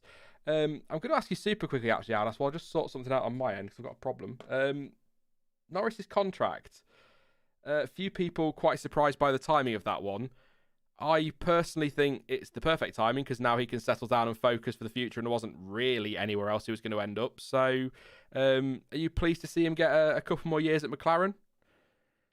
Absolutely. I think it's only a multi-year deal, so I don't think they actually said whether it's 2 or 3. I'm guessing there's going to be like an option or something. But yeah, I wasn't really surprised at all. To be honest, I completely forgot about it. I for some reason I thought they already had a contract for next year. But yeah, really great to hear. Obviously he's kind of Mr. McLaren at the moment, and it's been Daniel Ricciardo who's stepped into his team. So yeah, super happy for Norris, and just hopefully McLaren can maybe challenge for race wins next season. I can't wait to see what they're going to be able to come up with in 2022. And I think that's the big thing that Lando is going to be hoping for, because as he gets better, he's going to be championship potential and championship ready very soon. And if we get 2 or 3 years down the line and they're still not giving him the car, I mean, it's going to be crazy if Lando does decide to leave in maybe 23 or 24 or something. So yeah, we'll see. Yeah, I just wanted to ask. It was like kind of the big story coming into the weekend, wasn't it? Was that contract and obviously the rear wings, which we'll talk about ahead of Baku. So if you've got any questions, ideally about the race, but if it's anything F1 related, that's fine. I'm not going to be answering questions about, I don't know, bacon or whatever. Got a question about bacon, throw it my way, but I'm not going to answer it. Yeah, go for it. I'm all about that. Yeah, let's go for it. I'll read a few comments out while we're just waiting for questions. Elliot says F1 YouTuber of the week goes to Aldas. You can tell it's the Monaco post-race stream. Yeah, bacon, please. Yeah, Elliot just says F1 YouTuber of the week goes to Aldas for his brilliant Lotus video. Not seen that one yet, mate. I'll have to catch up on that one. Thank you very much. Really appreciate that. Charles, I meant from him, not from you. Sorry. Yeah, you're right. I'll watch it. It says Bottas not allowed to beat Hamilton ever. Even the wheel gun knows this. Yeah. He's not lying. He's not lying. Yeah. Anyway, drive for the day. Mercedes right wheel nuts. 100. Says Ziley. Paul Morgan says Lando new deal is to stop a possible poach from Mercedes. That's a great shout, actually. To be honest though, I thought more of a poach from Red Bull, because if Perez doesn't do it this year for Red Bull and Norris is available, they were already sniffing around him when they needed somebody for Toro Rosso, weren't they? So it wouldn't have surprised me at all to see Norris in that Red Bull alongside Verstappen. So maybe it is to fend off a poach from somebody. I'd have been surprised if Mercedes had gone for Norris over Russell if Bottas is the one to make way. Really, I think Russell is the one they're backing, isn't he? I can't see why Norris would be given that one, but there you go.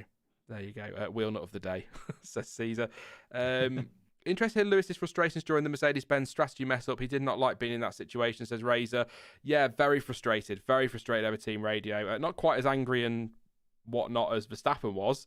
After qualifying, he was livid on that team radio. There's a lot of swearing going on there, but definitely one of those days where Hamilton was not happy at all. And can you blame him?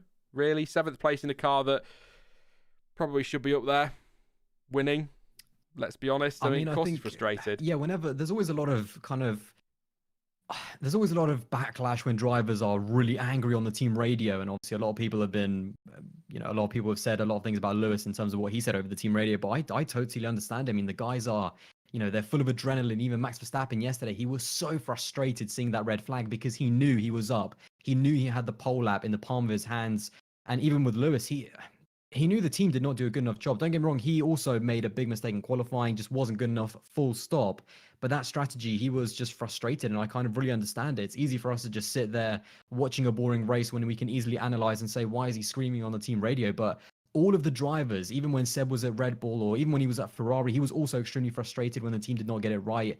I think it's just kind of natural. I mean, I always say, we talk about the modern drivers in terms of what they're like over team radio. Could you imagine what Senna and Prost and Schumacher would have been like if we heard all of their team radios when they were fighting for championships? I mean, it would have been just as bad. So I kind of understand it. I understand his frustration, and it's just one of those things.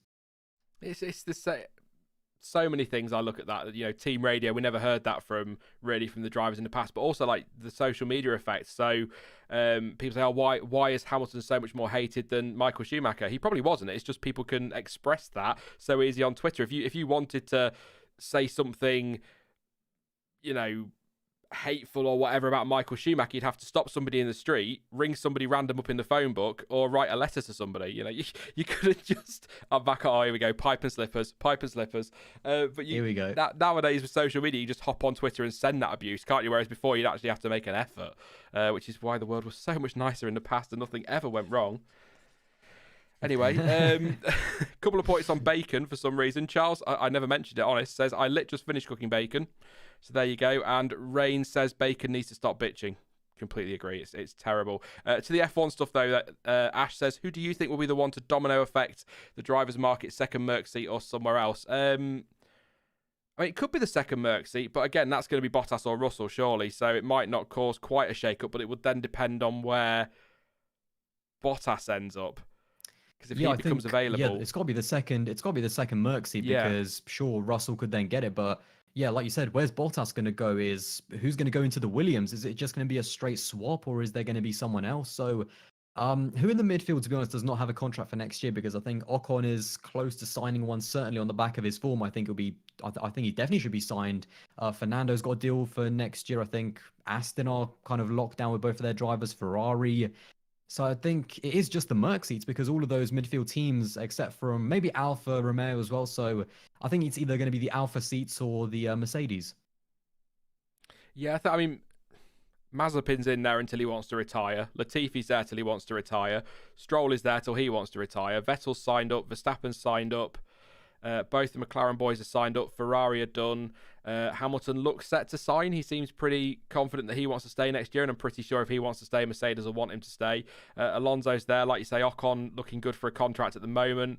It's really, because even like Tsunoda, you could put the question mark over him, but that's not going to cause a domino effect because if it's not Tsunoda, it'll be an Albon or a Lawson or somebody else. Red Bull will get somebody from their own pool, but I think it is going to be interesting because if Ocon gets tied down to an Alpine contract, I think that might almost automatically mean Gasly staying at AlphaTauri if he continues performing because they need a team leader there and he's doing a great job.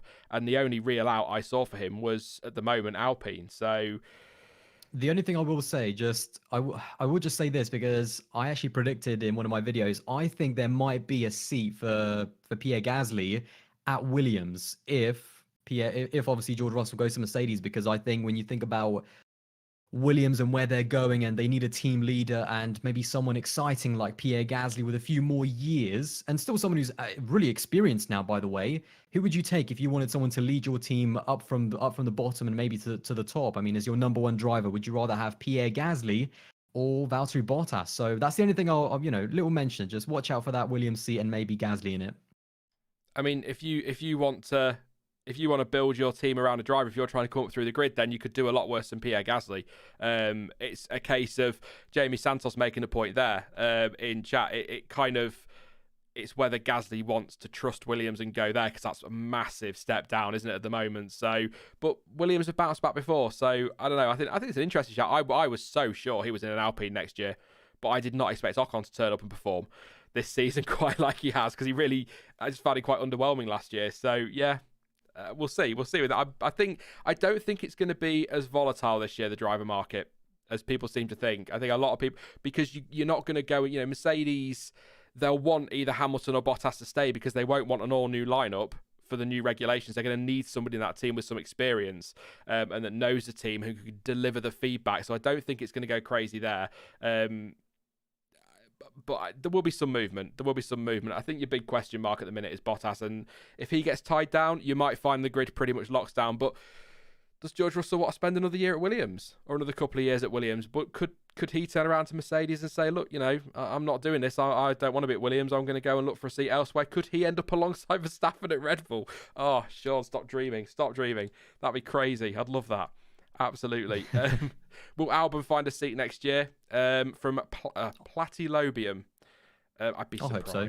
I'd be surprised if I'm honest. Maybe he could come in for Tsunoda if Tsunoda struggles and they don't feel another youngster's ready. But or maybe if Pierre does end up leaving, or I don't know, if something doesn't work out. Because I do, all the Albon jokes aside, I do think he actually did a decent job. I thought he was to be honest, at one point I thought he was a better driver than Gasly. Maybe that's controversial now, looking at what Pierre has done, but. Yeah, we'll see how it plays out. I would not mind seeing Albon back in F1.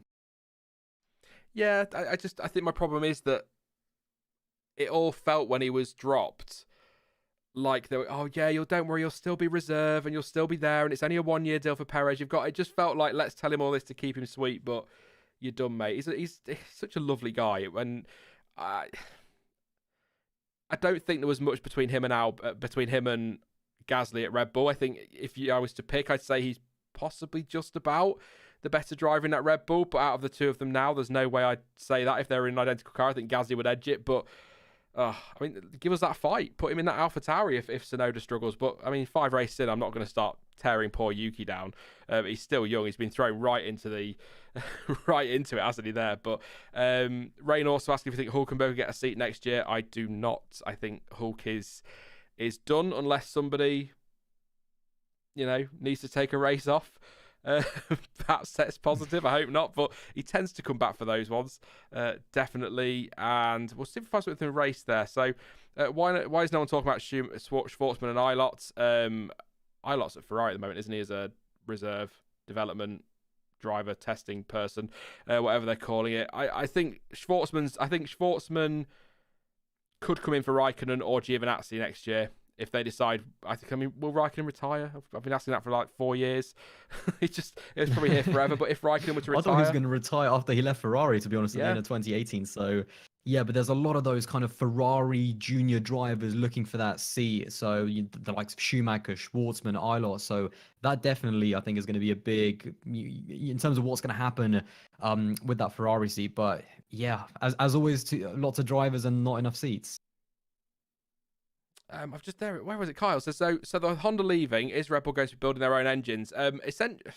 Yes and no. They're not building one for next year. They're going to be taking the Honda power unit, and they're building a new factory and getting in staff and everything at Milton Keynes. So they are going to run it as their own engine. So they're going to continue to kind of develop what they can. I know we've got an engine freeze coming, so it won't be much, if anything. But to develop what they can on the current unit. So Honda are going to develop it through this year, make sure it's the best it can possibly be, and then Red Bull are going to take it over with the view to building an engine for 2025. And there's even talk that Porsche might sort of badge that engine. So it'll be a Red Bull powertrain. I think it's Red Bull Powertrains division, isn't it? There's going to be one of those, but with a Porsche badge on it. But that's only speculation. So yeah, they're going to be for the long term, which I kind of like. The more the merrier when it comes to I just kind of wish McLaren would. Be great if McLaren did too. I think that'd be fantastic. It is Aldas, yes. He tends to come on once a year, which is my crazy. annual appearance. Because I always have such a good chat with you when we're on here, so I don't know why it takes a year, but there you go. We're gonna be doing like a post-race stream after the stream. That's what people don't realize. 2-hour talk. Yeah, that's it. You get him on the stream once, but I get the equivalent of a whole season's worth of streams in a conversation afterwards.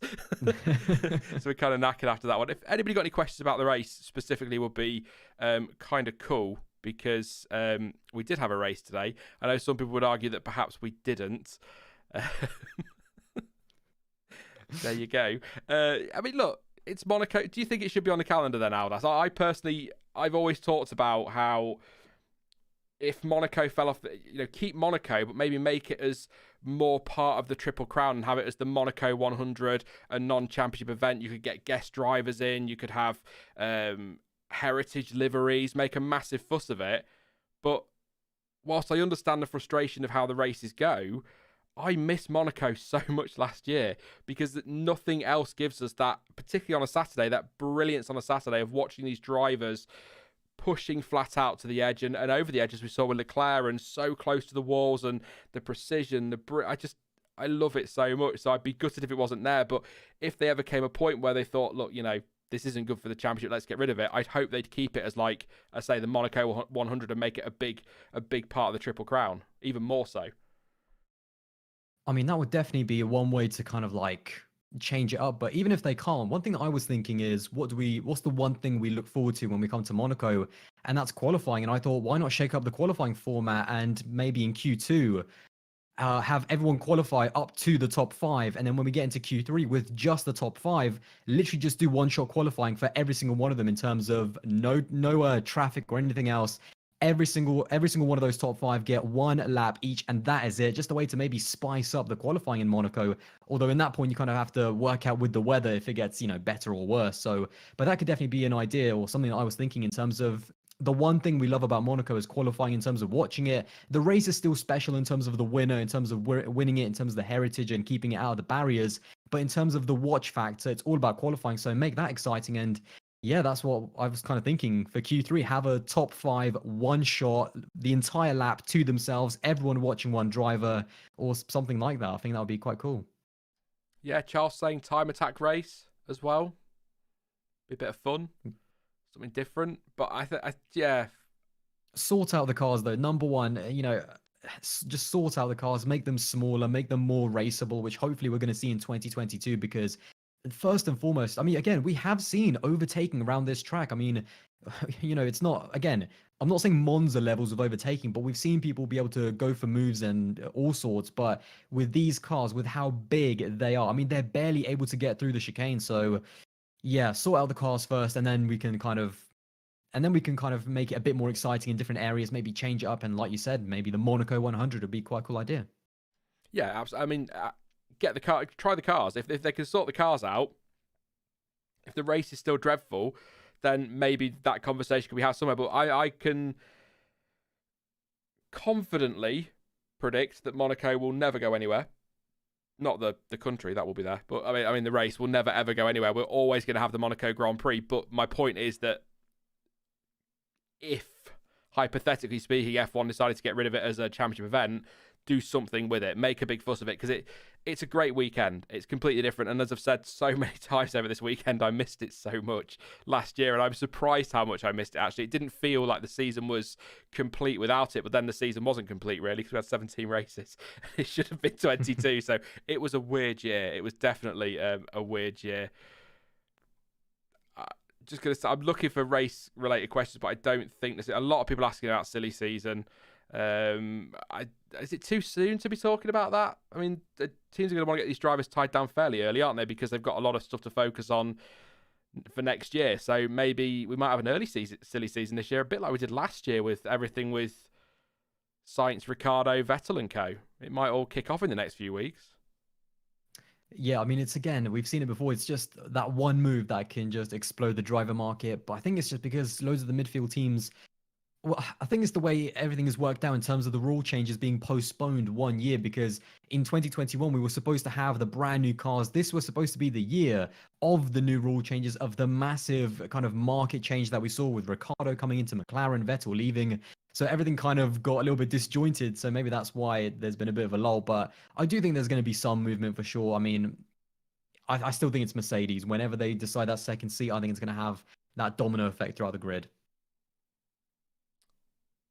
Do you think? How do you think the race would have turned out with Leclerc on the grid? Says Kyle. So I'm going to answer that one. Then we're going to answer another one I've just spotted, and then we'll probably leave it there. But I personally think if Leclerc had been on pole, we'd have had a more, in terms of strategy, I don't think we'd have seen wheel-to-wheel racing, lots of overtaking, but in terms of strategy, I think it would have been more intriguing at the front. I know there was a lot of intrigue in the midfield, but at the front, I think it would have been a lot more a lot more engaging because Verstappen, assuming they get off the line, Leclerc first, Verstappen second, Bottas third, is Bottas going to try and undercut two of them? Will Verstappen try it on Leclerc? Will Leclerc try and overcut? Will Leclerc try to come in? I think you'd have had a little bit more to talk about at the front, and I also think we'd have had a higher pace because I think Leclerc would have been a bit quicker out front because what am I trying to say? Because I think he would have been trying to make sure he had the gap to those in the midfield. Home Grand Prix wants everything to go perfectly, get the gap a bit quicker to the midfield, if that makes sense, rather than kind of Verstappen did it over quite a few laps, didn't he?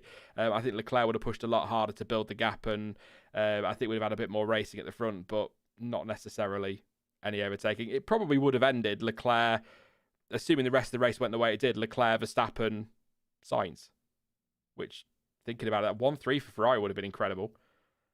Yeah, that would have been, I mean, that would have been probably even more crazy with Leclerc getting that home victory. But I think in the end, yeah, in terms of maybe the feel-good factor of Leclerc winning his home race would have been better. But in terms of the racing, I don't think it would have had a massive effect, to be honest.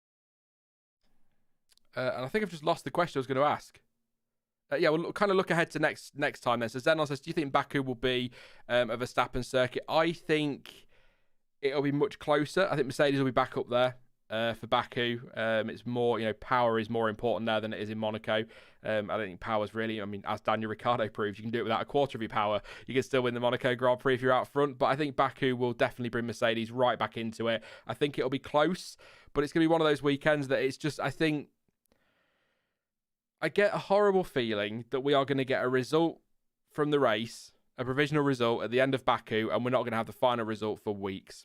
I think if Red Bull run their rear wing, it's going to cause controversy because Mercedes will protest, then Red Bull will protest the Mercedes front wing. Then Mercedes have already kind of hinted with Toto Wolff today cheekily that they just then protest the Red Bull front wing because it flexes as much as theirs does, and that's going to be what the weekend's dominated by when it should be what's happening on track. That's what we want to look forward to, but it's all part of parcel, isn't it? The politics, but yeah, I think Mercedes come back into play, but maybe with it being still, got quite a few twisty turns, haven't we? In Baku, it is still a street circuit. Maybe it would still just about lean towards Red Bull. But Red Bull, you could argue, were quicker in Bahrain, Imola, Portugal. Didn't win them, did they? So Spain, sorry, did win Imola. Didn't win 3 of the opening 4, despite having, in Mercedes' eyes, a quicker car. So I just don't think there's anything in it, Aldas. I think it is 6 of one, half dozen of the other at the front. I think Mercedes have a great car, Red Bull have a great car, and it's going to come down to track specifics and driver skill at the end of the day, which is absolutely bloody fine by me. Yeah, I definitely agree. And I think I go back to what I said right at the beginning. This season, both Max and Lewis have a good enough car. I don't really go into a weekend thinking too much in terms of, Red Bull have the quickest car, no chance for Mercedes, or, vice versa. I think it is just whoever nails qualifying, nails the race, whichever team does the best job in terms of strategy, pit stops.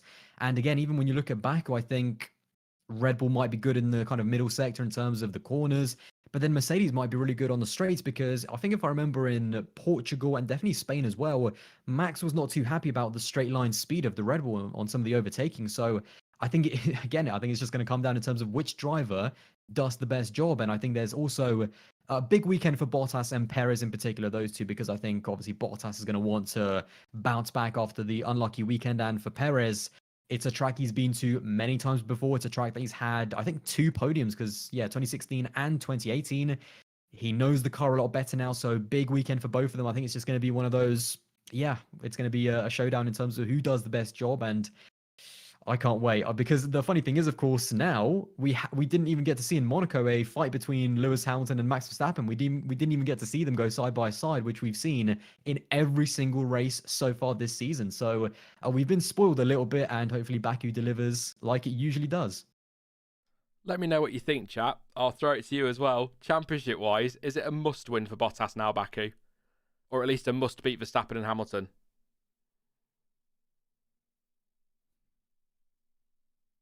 I get the feeling it is. What do you think, Aldas? I'm just trying to ponder because I just thought that. I was just thinking to myself, if it's a beat Verstappen and Hamilton, it's probably win the race anyway. But you know what I mean? Has he got to finish ahead of them in Baku? Well, I'm going to say no because I'm going to say no because I don't really think he's been in the championship since the end of Imola, to be honest, because Hamilton's got more than double the points that Bottas has. And when has Bottas ever been able to make up even close to that kind of deficit? I think Hamilton's on like 102 points or something. Bottas is on like 47. And that's just, I'm not saying that's all down to him, by the way. I'm just saying that deficit, nah, I think this was just one of those one-off races for Lewis. And I wouldn't be surprised if he was literally on the podium in every single race for the rest of the season. I just thought I'd throw that out there. Chat seems to be saying win or bust. Some people saying that he's like you, was out since Imola. Joseph says you are implying that Bottas is capable of that. He's done it before. He's beaten them both before, so he is. But I think. Has he? Wait, what? What? How much? I'm not. Well, what do you mean? What do you mean by beat? That's the thing. It's when we talk about one race, I do think that Bottas can pull through. But yeah, do you think, Sean, that Bottas can go on a run in terms of 2 or 3 races in a row? That's the big question. No, because he's never done it. He's never done that. So no, it's all right winning Australia, or it's all right winning Austria, but then he doesn't kick on from there. And I know he's got a tough teammate, and at the end of the day, he's there to help Mercedes win constructors' titles, which he's doing. But it's I came into this season and add it to the list of Sean hates Valtteri Bottas stuff if you want. But I came into this season at no point did I consider Bottas as world champion before the season even started. Love the guy, quick guy, good, very good driver.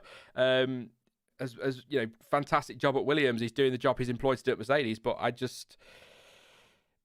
think if you put Russell alongside him, I think he'd come out second best as well at the end of the season. Maybe not first season, but I don't think you'd be looking at, if Hamilton had retired over the winter, I firmly believe Verstappen will be running away with this title now. I do actually want to say, people in the comments are saying Max has also never won back-to-back races as well. And that's also a very big thing for Max, because one of the big things about Lewis in the second half of the season, we've seen it, especially against Vettel, he goes on these crazy runs, 2, 3, 4 races in a row. I think Max needs to get on one of those, win 2 or 3 of the next ones in a row, and that will really dent Mercedes' chances at the championship. It's going to be great. I think Baku will be great. I think the season's going to be fantastic, and we'll see. We'll see ultimately with Bottas, but I won't have it. People telling me he's a bad driver because he's not, but he's not a Hamilton. He's not a Verstappen, is he? And he might think he is. I think he wants to. I think he believes he is. I think he can believe he can win the world championship, but I think he would need a lot of luck. And I mean, look, how many points do you realistically see? How many retirements do we think we're going to see from Hamilton and Verstappen this year? I think Crofty did a stat. I can't remember what the stat was from Crofty, but it was ridiculous how long it's been since Lewis Hamilton didn't finish a race. It's crazy. It was either 46 or 56 straight races of scoring points. I mean, what can you say about that? He will retire at some point from a race. Of course he will. It's inevitable, but he's not going to retire from 2 or 3 races this year to give Bottas, because then Bottas has then got to beat Verstappen as well. So I don't know. We'll see. Austria 2018, says Joseph. And Chris I think as well. when both of them retired, both of the Mercedes. Oh, they did, didn't they? Yeah, that was a moment. But yeah, we'll leave it there, I think, for today, because I don't want to get into a big Bottas debate, because I just... People think I loathe him, and I really don't. I want him to do so well, but he's a great teammate for Lewis Hamilton, and that's why there's this little bit of me that all this Russell talk I think is fine. But if Lewis Hamilton stays, why would he not want Bottas alongside him next year? And if he gets to stay, he is a good driver. He is a good driver, maybe even a great driver.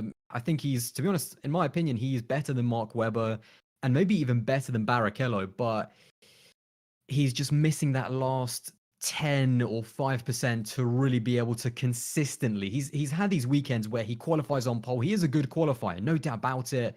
And he has these weekends where he goes from pole to flag and just completely dominates it, but he doesn't have the consistency of winning constantly and really psychologically beating Lewis Hamilton. He just doesn't have that last 5 or 10%. So far, Lewis has done the job that he needs to do in terms of winning championships, and Valtteri's backed him up really well. But he just doesn't have that last 10% to beat either Lewis, and definitely not Verstappen. Raptor just saying that 85 finishes in the last 86 races. I mean, that's ludicrous. I mean, how do you beat that if you're Valtteri Bottas? You can't, can you?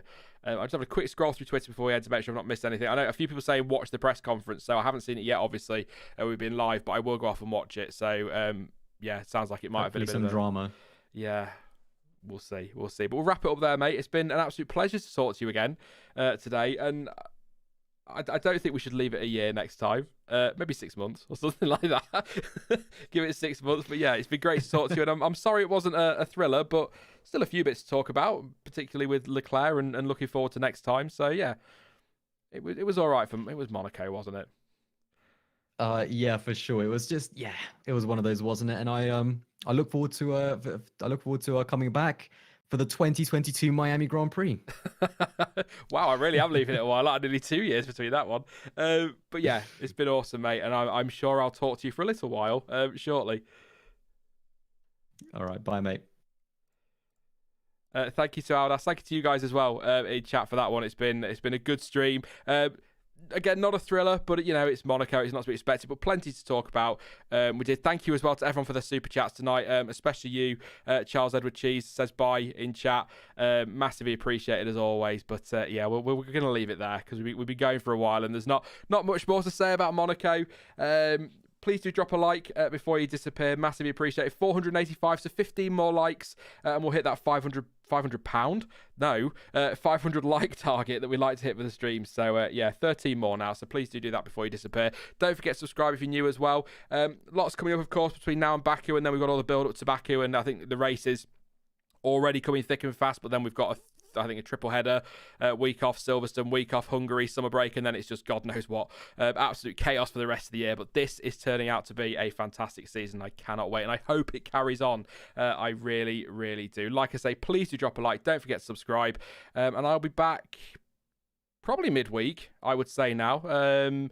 Couple of days to myself, and then I'll get something put together for Wednesday, and that'll go out Wednesday evening. Probably gonna be changing a few things as I often do on the channel, just with regards to news roundups, make them a little bit shorter and a couple more, having a couple a week rather than just the one. But I'll talk about that on Twitter because it's not really something for a stream really. But yeah, I'm terrible at signing out of these streams because I just don't want to go. It's because I just don't want to leave you all, but I have to leave it there. I have to leave it there at some point.